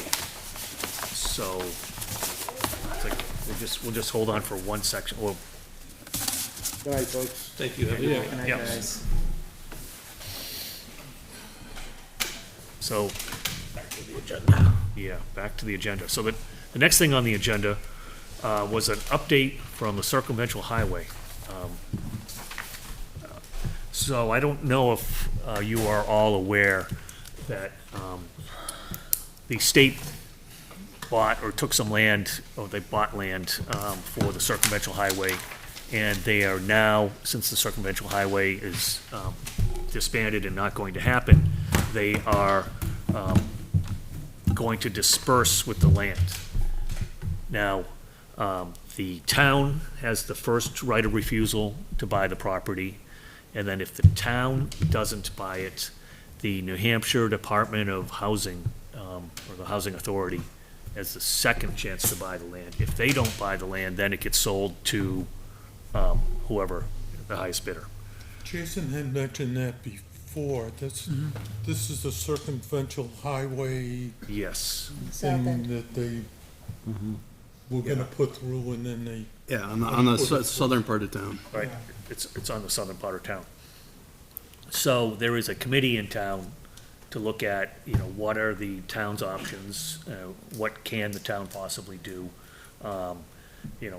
Could the town buy it and then sell it, market it to a developer? Or, conservation could possibly buy a piece of land. This is in the industrial area though, so this committee is taking a look at the land, and it was, as a chair, I'm supposed to bring this up to us so that we can talk about it if you guys have any concerns about the land. There are some wetlands, in this 110, acre piece over here. So Jason put this together. Let me see if it shows the acres, wetlands.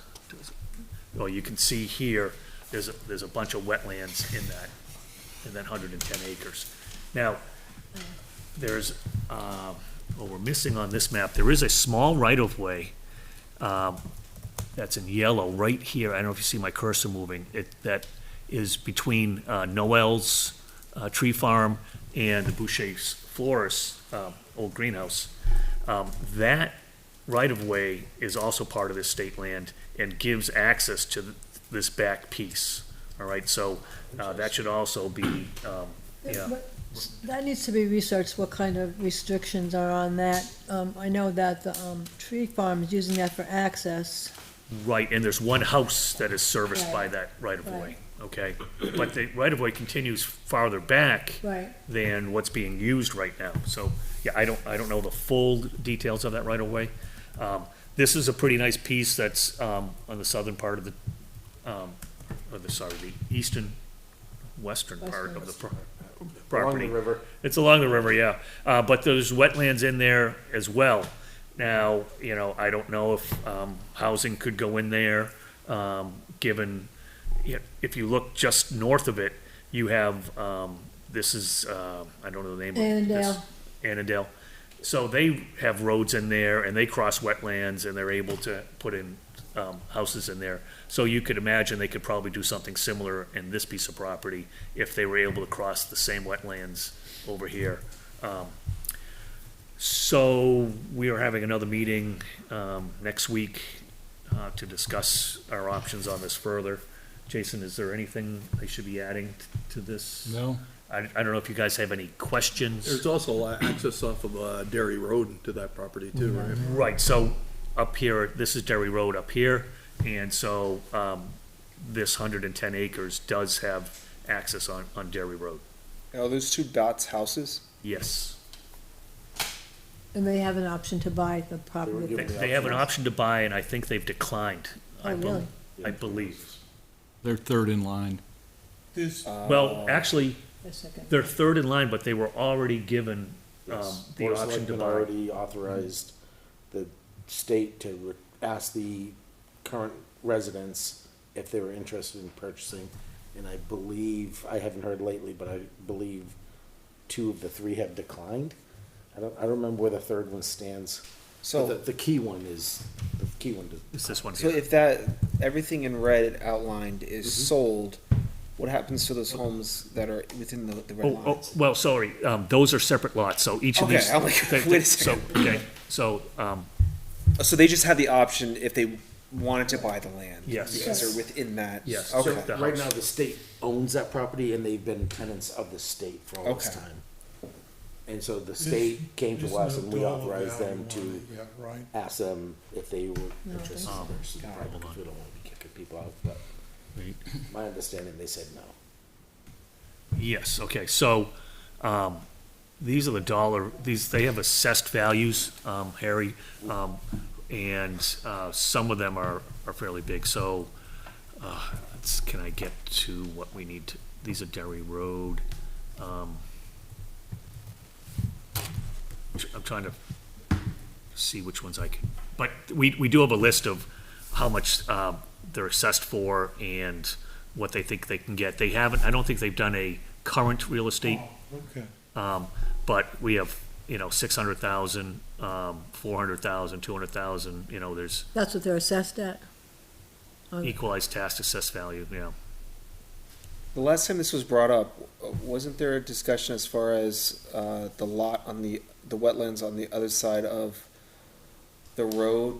Something that conservation, well, I think the added piece was that wetlands and To the that, right? to the right. okay, No, so, you're rather right, yep, this piece here? yeah. So is That there, crosses one too. So this is an old picture. So this right now, this area right in here, that's Rose Meadows. so this is the old, 'cause this has got the BAE Yep. stuff in here, so there are now there's a big apartment complex in here Well, now. Yeah, BAE up there. Right, There's yes, still yeah, wetlands. right.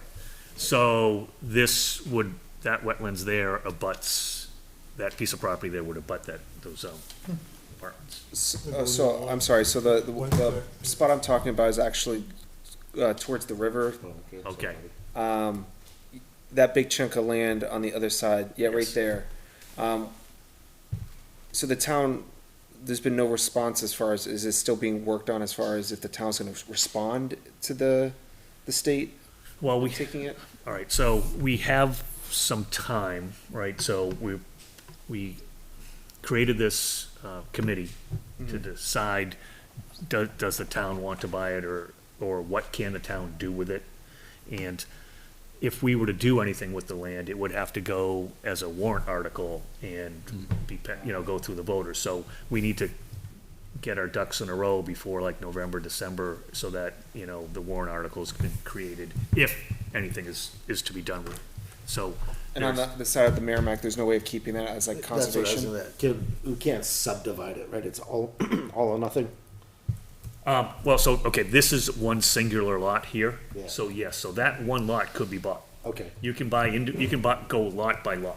okay. Okay, yeah, cause I was saying like, cause that's right next to the river, and it's like, that's perfect like conservation. Yeah. That is an option. So really, it'd be 3 lots. It's this one, the main one, and then the one on the other side of 102. Well, okay. Oh, So, no, I guess okay, that's all. there- Lot, okay, wow. there's one here. This little Look at the triangle. yellow lines. The yellow lines are all the lots, so this is a Oh, lot okay. here.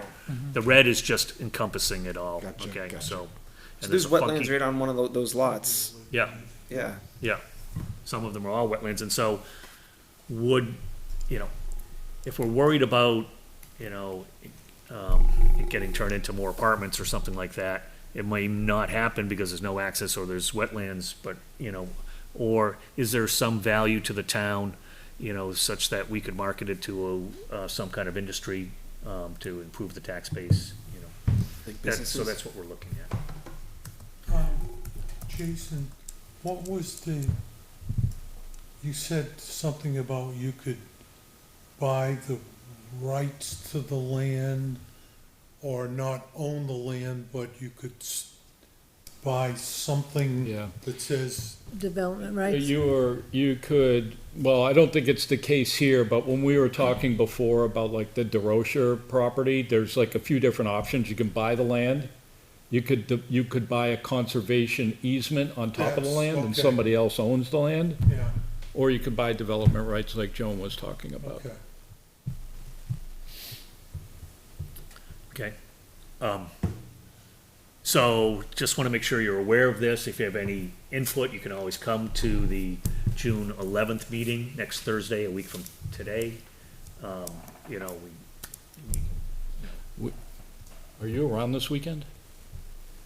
Yes, We might need to take a walk out there with the GoPro, okay. and, because no one's seen what it looks like out there, including me. I'll but- go with you guys. Yeah, all right, that would be good. I'm Yeah. just, I Okay, think there's a trail out there, which I'm hoping, because I'm not going through any pucker brush anymore with all the ticks. The ticks. I walked all through here and all through the slash, not a single tick today, Ah. so, okay, You all need to right, bring let's, the magnet with you. Jason. all right, so that's, okay, Comes to me. we're done with new business, okay? Old business, we're We're gonna, only on new business still? How about we Make a table the rest motion of for a new chair. okay, all right, we're gonna go quick. quick, go quick, go quick. So, Yeah, quick. I have not had time, I've been distracted by other things, to do any update with looking for the grants for Dara Pond. Good, I'll to check that off. try to get to that, sorry. We really need this month, we need to make a push on the signage for the muster field. Yep. Okay, and it could be, so what we need to do is, once we have proof of concept with the QR code, we can come up with the template, and once we know the size of the template, we can figure out the size of the pole we need. We can do a divide and conquer, we can place poles without the signs on the poles. But I would really like to have that done before July 4th, so we, it kinda has to get done this month. So should we make some sort, motion to move forward with a purchase of the signs and, in the post not to exceed, or is that covered by the, previous motion we had? Why don't we make a motion just to cover ourselves? All right, so, I make a motion. Well, but once you make the motion, Sure, what kind of dollar value do you think? I don't know how much those signs cost, Teresa. I'm Are betting we those looking at little a signs are gonna be 5.5 by 12 inches or something to fit on a 30 post? bucks each? You think so? We're gonna maybe have 5 or 6? so, why don't you, make a motion that we can spend up to $500 on posts and signage? Will that cover it? Do you think that will cover it? Three. Well, Well, didn't I you think so. guys last meeting make a motion to cover use the additional line item for? We did do that. So I thought I think you guys were covered for that. And to that point, Karen said, you made a motion on maintenance, and we don't have a maintenance line item. So she took your bill today out of, I think, supplies. I believe our top line is called property maintenance. Property management. Yeah. Oh, it's just property Yeah, management? Property it's property management. management. Yeah, so this would be property management. Okay, all right, so we're covered? Yeah. All right, Karen, are we covered? Okay. All right, 250th celebration. I touched base again with the Boy Scouts, and I said, have you done the clearing of the little trail yet? And they said, no. I said, when are you going to do it? Well, we'll make sure we have it done, by, I said, I need a date. So they said, it's going to be June 18th, 19th, I think was, no. So they gave me a date. I'm gonna follow up with them, and if they can't do it, we will, brush hog it. Yeah. Okay, so that's that. Do we have an update on Moore's Falls sidewalk? Nope. Nope, okay. I'm gonna suggest we table the, community guideline discussion until next meeting. Oh, I thought, I was telling people that I'd have it by this much. Can I just say one thing on the fencing? Yeah, Fence material should be black. Can we say black, green, or silver? black or green, I'd say not silver. Well, if Okay. people wanna put up chicken wire or Yeah, it's metal silver. fencing, Yeah. Some of them have chicken wire that's silver. I know, and I think that looks like, Chicken wire. chicken wire, right? And so, well, so the goal was for the perimeter fencing to be, the see-through black or, or to at least have some kind of standard. Yeah, Now, but if not, the- not if- orange. Not orange, right? So if everyone else is fine with chicken wire, we can discuss this in detail, Okay. or are we trying to stop people from? No, I'm trying This to is- get this out to people. Right, but it doesn't exist yet, so. I know, so I couldn't get, Oh, Okay. and so, okay. since we're talking about that community garden stuff, this is the new spreadsheet, okay, so, we have it's horrible, I know, I took your thing and I, just drew lines in there, but, it is what it is, Jason. I So- thought it's pretty good. I can see where She everything is. she knows what the numbers are, right, and, look, I'm just kidding. I'm the tech guy, I'm not a graphics designer, but, so it looks like we have 3 plots open? 2 is taken, and, So who's 2? I forget her name. the Those tell 5-5 me- was split up into two lots. Yours is split up. Yeah. And Paul, I get the name for you of the other half, Paul. I don't think Okay. He's down there yet. So, I changed my number. Can I give you that? Oh, did you? Did you Yeah. change your number again? Yeah, I did. and I guess I shouldn't be showing people's numbers Yeah, on you there. probably shouldn't. Okay. Okay. Yeah, you can give me your number. Okay, yeah. But anyways, that is, so we have the spreadsheet, it's got the picture, got the Was lot. it a second change? So, we found, at least 3 people in the last week or so, right? So, attendance is up, which is good. Spring Fishing Derby post-mortem, okay. This is I thought we gonna, did that already. no, we didn't. No, Oh, we didn't, okay. So- It was May, that's right. Yeah, spring fishing post-mortem. It You're was- good, George. What? You're good. I feel like you're plowing through. I think we're good. Well, we're at 30, let's just keep, so this is our year-to-year comparison. We had 46 kids this year, which is our largest yet. So we had, 38 2 years ago, 33 Rainey. The numbers, whether this is interesting or not, I don't know. 36 of them were 10 and under, 10 of them were over 10. The youngest this year was 2. There was a number of 2-year-olds. We stocked 225 fish. 7 fish were caught. I think only 3 of them were actually stocked fish. So we have an issue. I think it was because of the drought this year. The pools that normally would hold the fish, where they would feel safe in, there were no fish in those pools. They were not deep enough to provide the level of cover for, birds of prey. Our largest fish was 9 inches, so they didn't catch even any of the 12 to 14 inch stalkers. Oh, Jesus. Do you think they got through the fence? I do not think they got through the fence. I think they were just deep hiding someplace. So I think they just went under the banks and into the wood, and they just, and they stayed there, and it wasn't easy for the kids to get at them Did you because. see any herring footprints? There was one, and there was a very large snapping turtle in one of the, things, they can't eat all of the fish, but I'm sure they get a few of them. Herrings would, they did do a number, they Yeah. would wipe. So we bought 200 8 to 10 inch.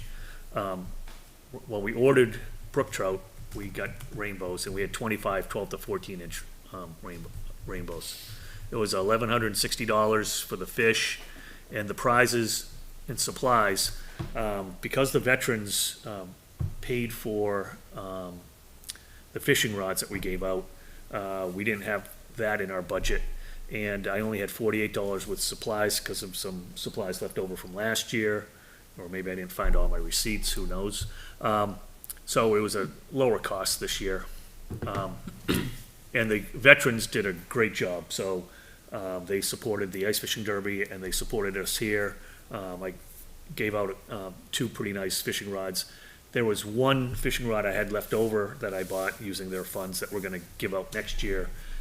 Because no fish were caught, everybody just kind of dispersed, and there wasn't a chance to, I had to actually go hand deliver the people who won prizes.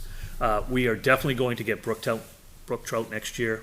I hate to say it, but I think we're gonna have to change our vendor. It's 2 years in a row, he gave us rainbows instead of brook trout. I guess rainbows may grow better, and with a really hard winter, he had a hard time growing brook trout. But it's 2 years in a row. There is another vendor in the state that I looked up that we can get same prices or better, so we might have to try that. Everybody had a really good time. The kids, I was walking we had a large turnout here. The kids were all in a good mood. The parents were in a good mood. They saw the snapping turtles, they saw the snakes. So it really was a good day, except they didn't catch any fish. Beautiful day. Yeah. Yeah. And at the ice fishing derby, a gentleman who was there had won some fishing lures, a bunch of plastic and rubber baits, and he gave us these big garbage bags full of lures, and we put them out and gave them away to kids, and so that cut down on, sorry. The only comment is that on the rental rods that are the rods that we loaned out, Yep. number 1 was amazing. We got them all back, and that was a plus. And maybe we probably should think about maybe upgrading the ones that we have if we get a chance. Okay. To the Spinning rod? No, the spin cast. Yeah, because, but the kids every single one of them that they borrowed came back, and that was a first. Right, and actually, those rods are recreation rods, so we just use them, and they co-sponsor the event with us, so they pay for half of it. And actually, Kevin Brown came down and helped out quite a bit, from recreation, so that was good. And Kevin Brothers, sorry, yes. So, KB. okay, hold on, here we go, Concom meeting. So, just a few pictures here, so this is Matt putting in the fence. Kevin helped that day putting in the fence as well. So these stakes get driven in, and then we put some rocks behind it to keep the stuff down. Here's Kevin helping us out. And we got one more of those white wall tires out, so Matt took that out, so we should have kept them for the set. I took one out earlier in the week. This is just a little video of the fish. And Jason took all of these footages, all these pictures, and made that great reel. And so here we have, can't remember his name at the moment, the fish. And I recruited a neighbor to help with the bucket brigade. So Joe Milo is now famous. Okay, and DPW did a great job again, giving us the cones and everything so that we didn't have people in there. And wouldn't you know it, the fish got put in, right? And we kept some in buckets and we took it over to the second bridge. And we drove out of there kind of slowly. We didn't put the traffic cones back up. I come back and there's a pickup truck parked in there, right? And I'm like, oh my God, the guy's fishing already and it's only been 10 minutes. It was a guy walking his dog. Okay. So it wasn't a problem. It's sick Harry on him. Yeah. Harry will go ballistic. And so I think that the worms worked out okay. Again, I made a whole bunch Yes, of they did. containers. Yeah, they worked out fine. So that works pretty well. Okay, and here we have people using the bridge fishing. Harry, you didn't see that. And later on, Matt was able to catch an actual trout, and he did catch it underneath this bank, right? Yeah. So that proves, yeah, that was the biggest fish of the day. And this was the winning fish, I think. So that was great.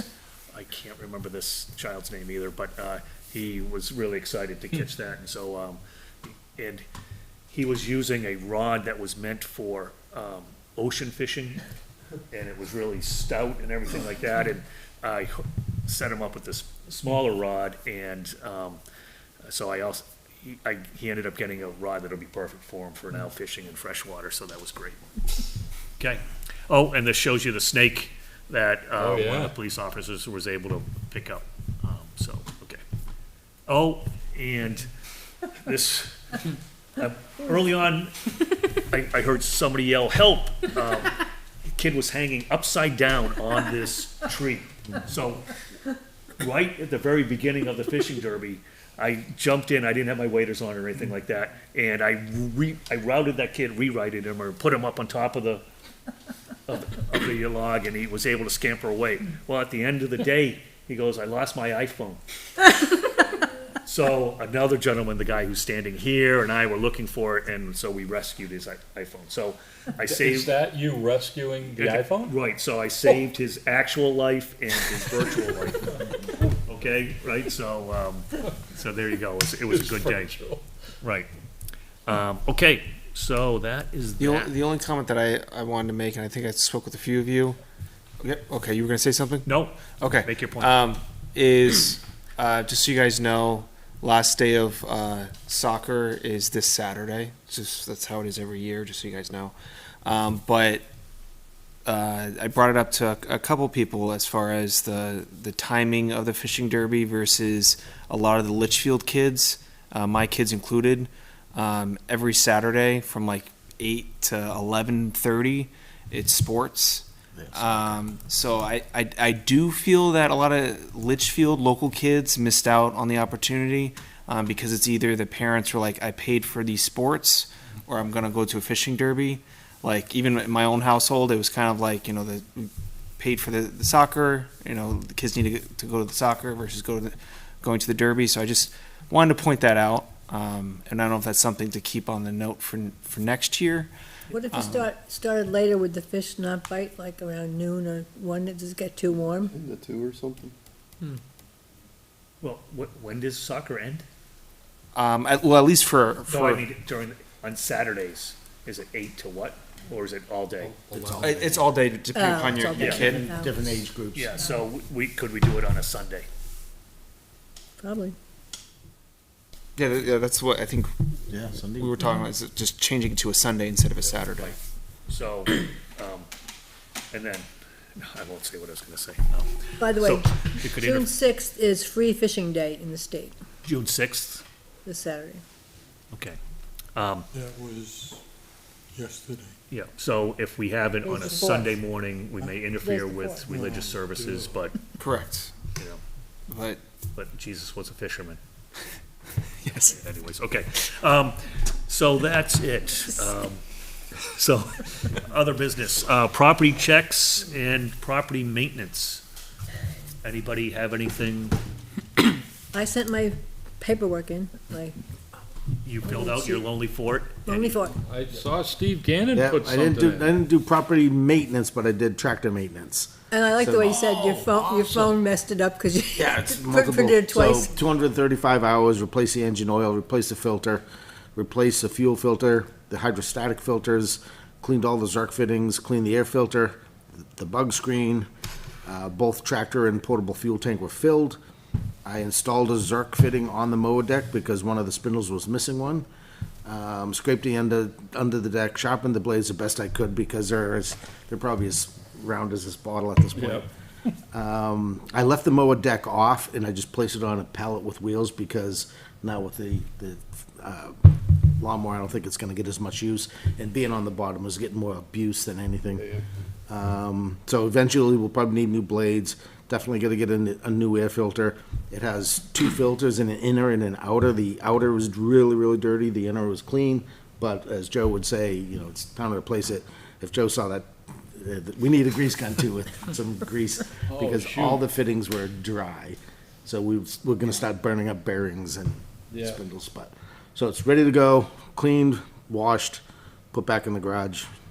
The tire was flat again, so next time it goes flat, we need to pop it off and reseat the bead. I think it might be the bead. I pulled out the valve stem, lubed it up and put it back in, the air valve, put it back in. So if that was it, maybe, but I'm thinking the tire just needs to be reset, but it held air through the day, and now, next time we check on it. Should we just get a tube for that one? That tire's been a problem. Well, I think if we just pull it off and have it reset, I mean, typically, there's really no reason. I'm thinking what We happened. had that done last year, right? George, you took it, Did you reseat when it the? was flat, you took it in, took it somewhere.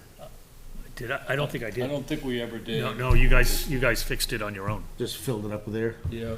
It could be something as simply as deflating and popping the beads, cleaning the rims, then resetting it. do you know how long it was flat for? I do not know. And it was completely, Not very long. and was it completely out of air? Yeah, it was pretty good. Anybody else? I sent mine in. Yes, you did. So, all right, so let me go in here. So Harry sent his in, he went to the, river access Yeah, and I mean, you guys did a good job on, you went and checked, so Kevin, Brothers? Brothers and I went down and we took off all these overhanging limbs off of the tree where it was right at the top. And there was another kind of hanging limb that we cut down that was down towards the bottom. I just have a quick question. On the river access, we had put, or Jason, you had put concrete or granite blocks? There's some at the like near where the water is, just for erosion, yeah. Yeah, But the it's river probably must have stuff been- on top of it now. Yeah, River was up and, on the edges like muck. And Yeah, so, no, We put like I knew they were 6 there. feet of granite out. Went out like, Yeah. like a pier. Right, and this tree was reported by Joe. Didn't put my thing in. I just thought about that. Okay, but you reported it, I reported it, yes. yes, so to the proper authorities. This is actually. That scared me when I saw that. I'm like, wow. It This was was like, actually like a 50 or 60-foot tree, that was only supported by like 1/4 of actually the tree here at the bottom. Where was that in It relation was, to? if you walk down straight from, the Morse Falls parking lot down to the Oh, river. Morse Falls, at Morse Falls? Yeah, Morse Falls, and it was on the left, right along the river. So, Jason, Matt, Josh, and I took that down, this Saturday or Sunday. Yeah, so, I went down there to take, when I took a look at it, I found this cooler that got washed up onto the shore, so I took that to the dump. This was that, I did some mowing at the community garden this week. You can see, the height difference where I've mowed here and where it wasn't mowed there, and then really tall in the back over Yeah. there. It really, with It all that grows rain that we got, fast. yeah, it grew. And it probably could use another cutting now. Okay, and this was sort of what it looked like when I was done. A little bit of a learning curve with the, mower, but it's not too bad. Okay. How's it ride? Nice. Nice, Yeah. yeah. Better than the tractor? It's, oh, the tractor. As a suspension. yeah. You do Moore's Falls with the tractor where the power lines are. It takes a long time and there's a lot of ruts and stuff. It beats the heck out of you. This is like, it Yeah. really good seat. Yeah, it was a lot of dust though, it was kind of dusty. It did? Yeah, I was covered with dust. You gotta turn the right, you gotta figure out which way the wind's blowing and turn the right way. Yeah. Okay, so that was property checks and property maintenance. Member input, Joan, Nothing, Harry, Nothing. Matt? I had something, but I forgot it. happens to me all the time. I'll probably head out this weekend and do the muster field. I'll mow the muster field. That's gonna be pretty high now. And then if I'm out, I'll probably hit the community garden as well when I'm in the neighborhood. Do you need a hand with that? Yeah, if you wanna Okay. try it out, yeah. Yeah. Okay. Michael?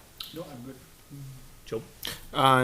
I just wanted to update that, I did get a code for the old, fire station. Okay.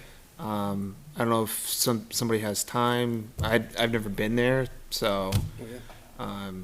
Yeah. meet me there and, Sure, show walk you the lay around, of the yeah. land. cause I think when I pointed out as far as the grass being high, I was like, I'll cut it, but I don't have access to, Yeah. cause I was kinda I went from Morse Falls and then the community garden's like right up the road from my road, so I'm like, oh, I'll cut it. I'm like, I can't cut it. Okay. Yeah, so we can show you that. Make Okay. sure you're trained on all the equipment, so you can go through a rigorous training schedule. Right? I think I got it covered, but. Well, we still need to verify. Okay. Okay. Need to be checked out. It's trust but verify, okay? All right, so my plan is to, cut, all the weeds around, the cellar holes and, spray them. I looked to buy, a better sprayer. My cheap pump sprayer, I was using my own personal one to kill the poison ivy and the weeds, bit the dust. But I couldn't decide on which one I was gonna use, so I might borrow Matt's. When you use that strong vinegar, you have to have like eye protection and all kinds of stuff because I wear a mask. So it's, I guess, safer than, Roundup, but it really is You nasty. can smell it a week later. You can still smell the vinegar. Yeah, it's acetic acid basically, and so they label it as vinegar, but it's just acetic acid. And so and I buy really strong stuff because, you're gonna dilute it a little bit, but it works. So I'll be doing that, this month. Okay, approval of meeting minutes. Does anybody have anything they wanna, Of course. yes, Okay, on page 4, the top of the page, it should be Olson, Olson, which you got it right down further. Olson and Litchfield Estates wetlands violation, tax map 1, lot 32. The last sentence of that paragraph, he says the violation was identified on May 5th. It was actually April 30th.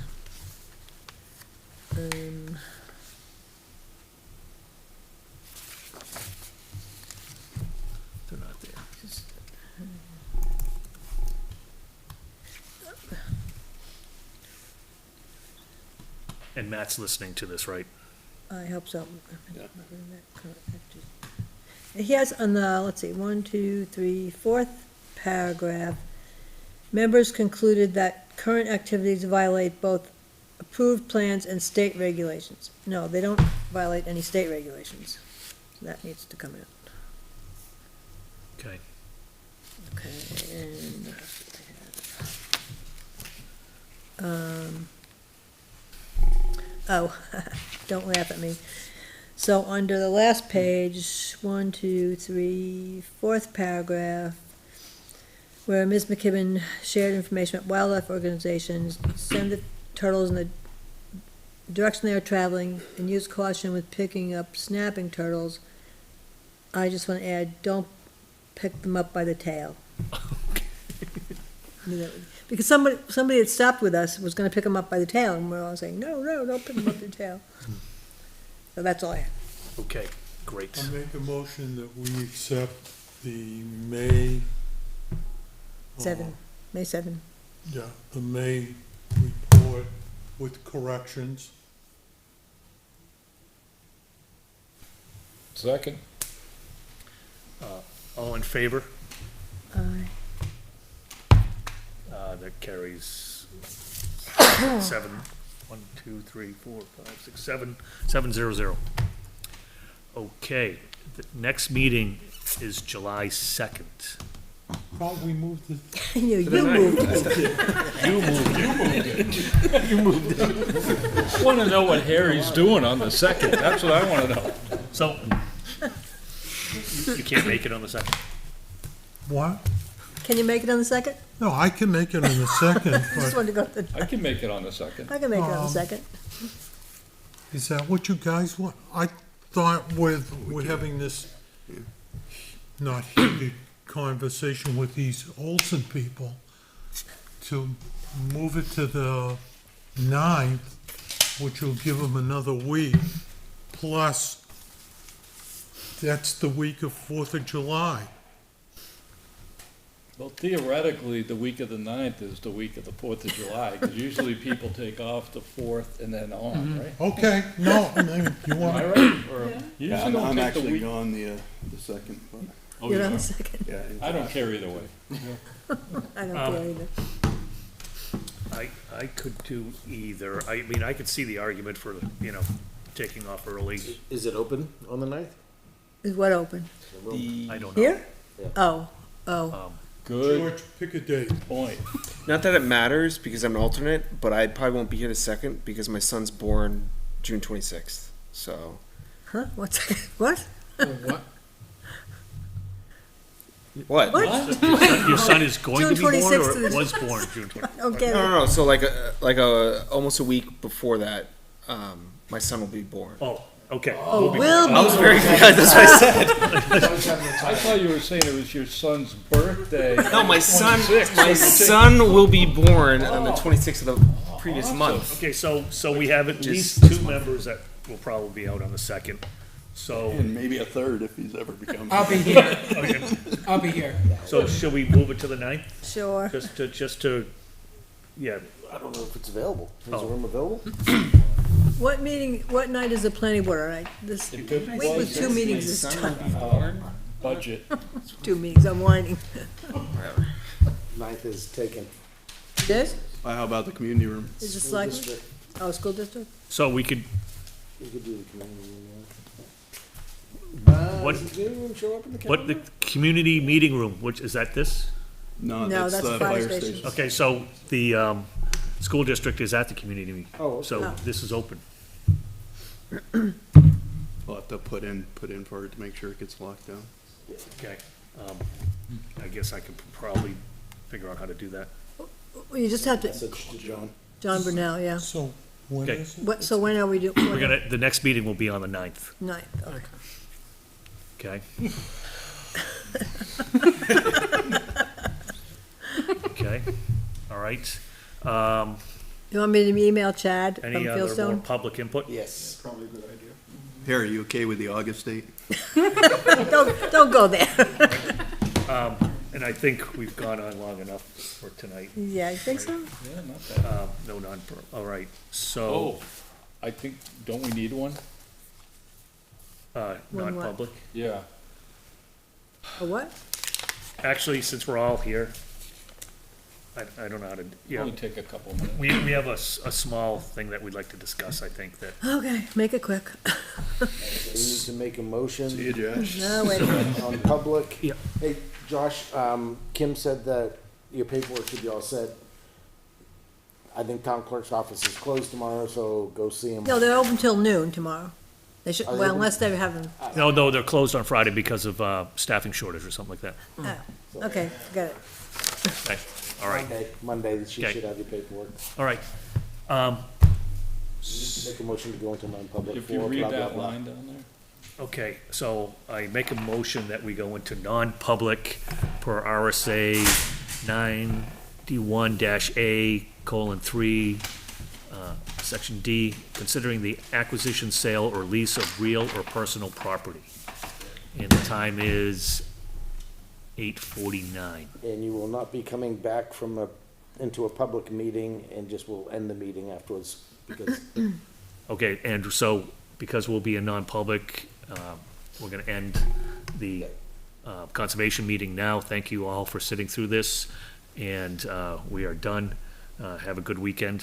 you're gonna make. You need a- motion to- you- Second, somebody needs a Oh, I second. made a motion, sorry. Who's gonna second it? Can I? I'll second it. Yes. Now you need a roll call vote. Oh, I need a roll call vote. Joan, Yes. Harry, Yes. Yes. Oh. Matt? I'm a yes. Yes. Joe? Yes. Okay. Steve, Yes. yes.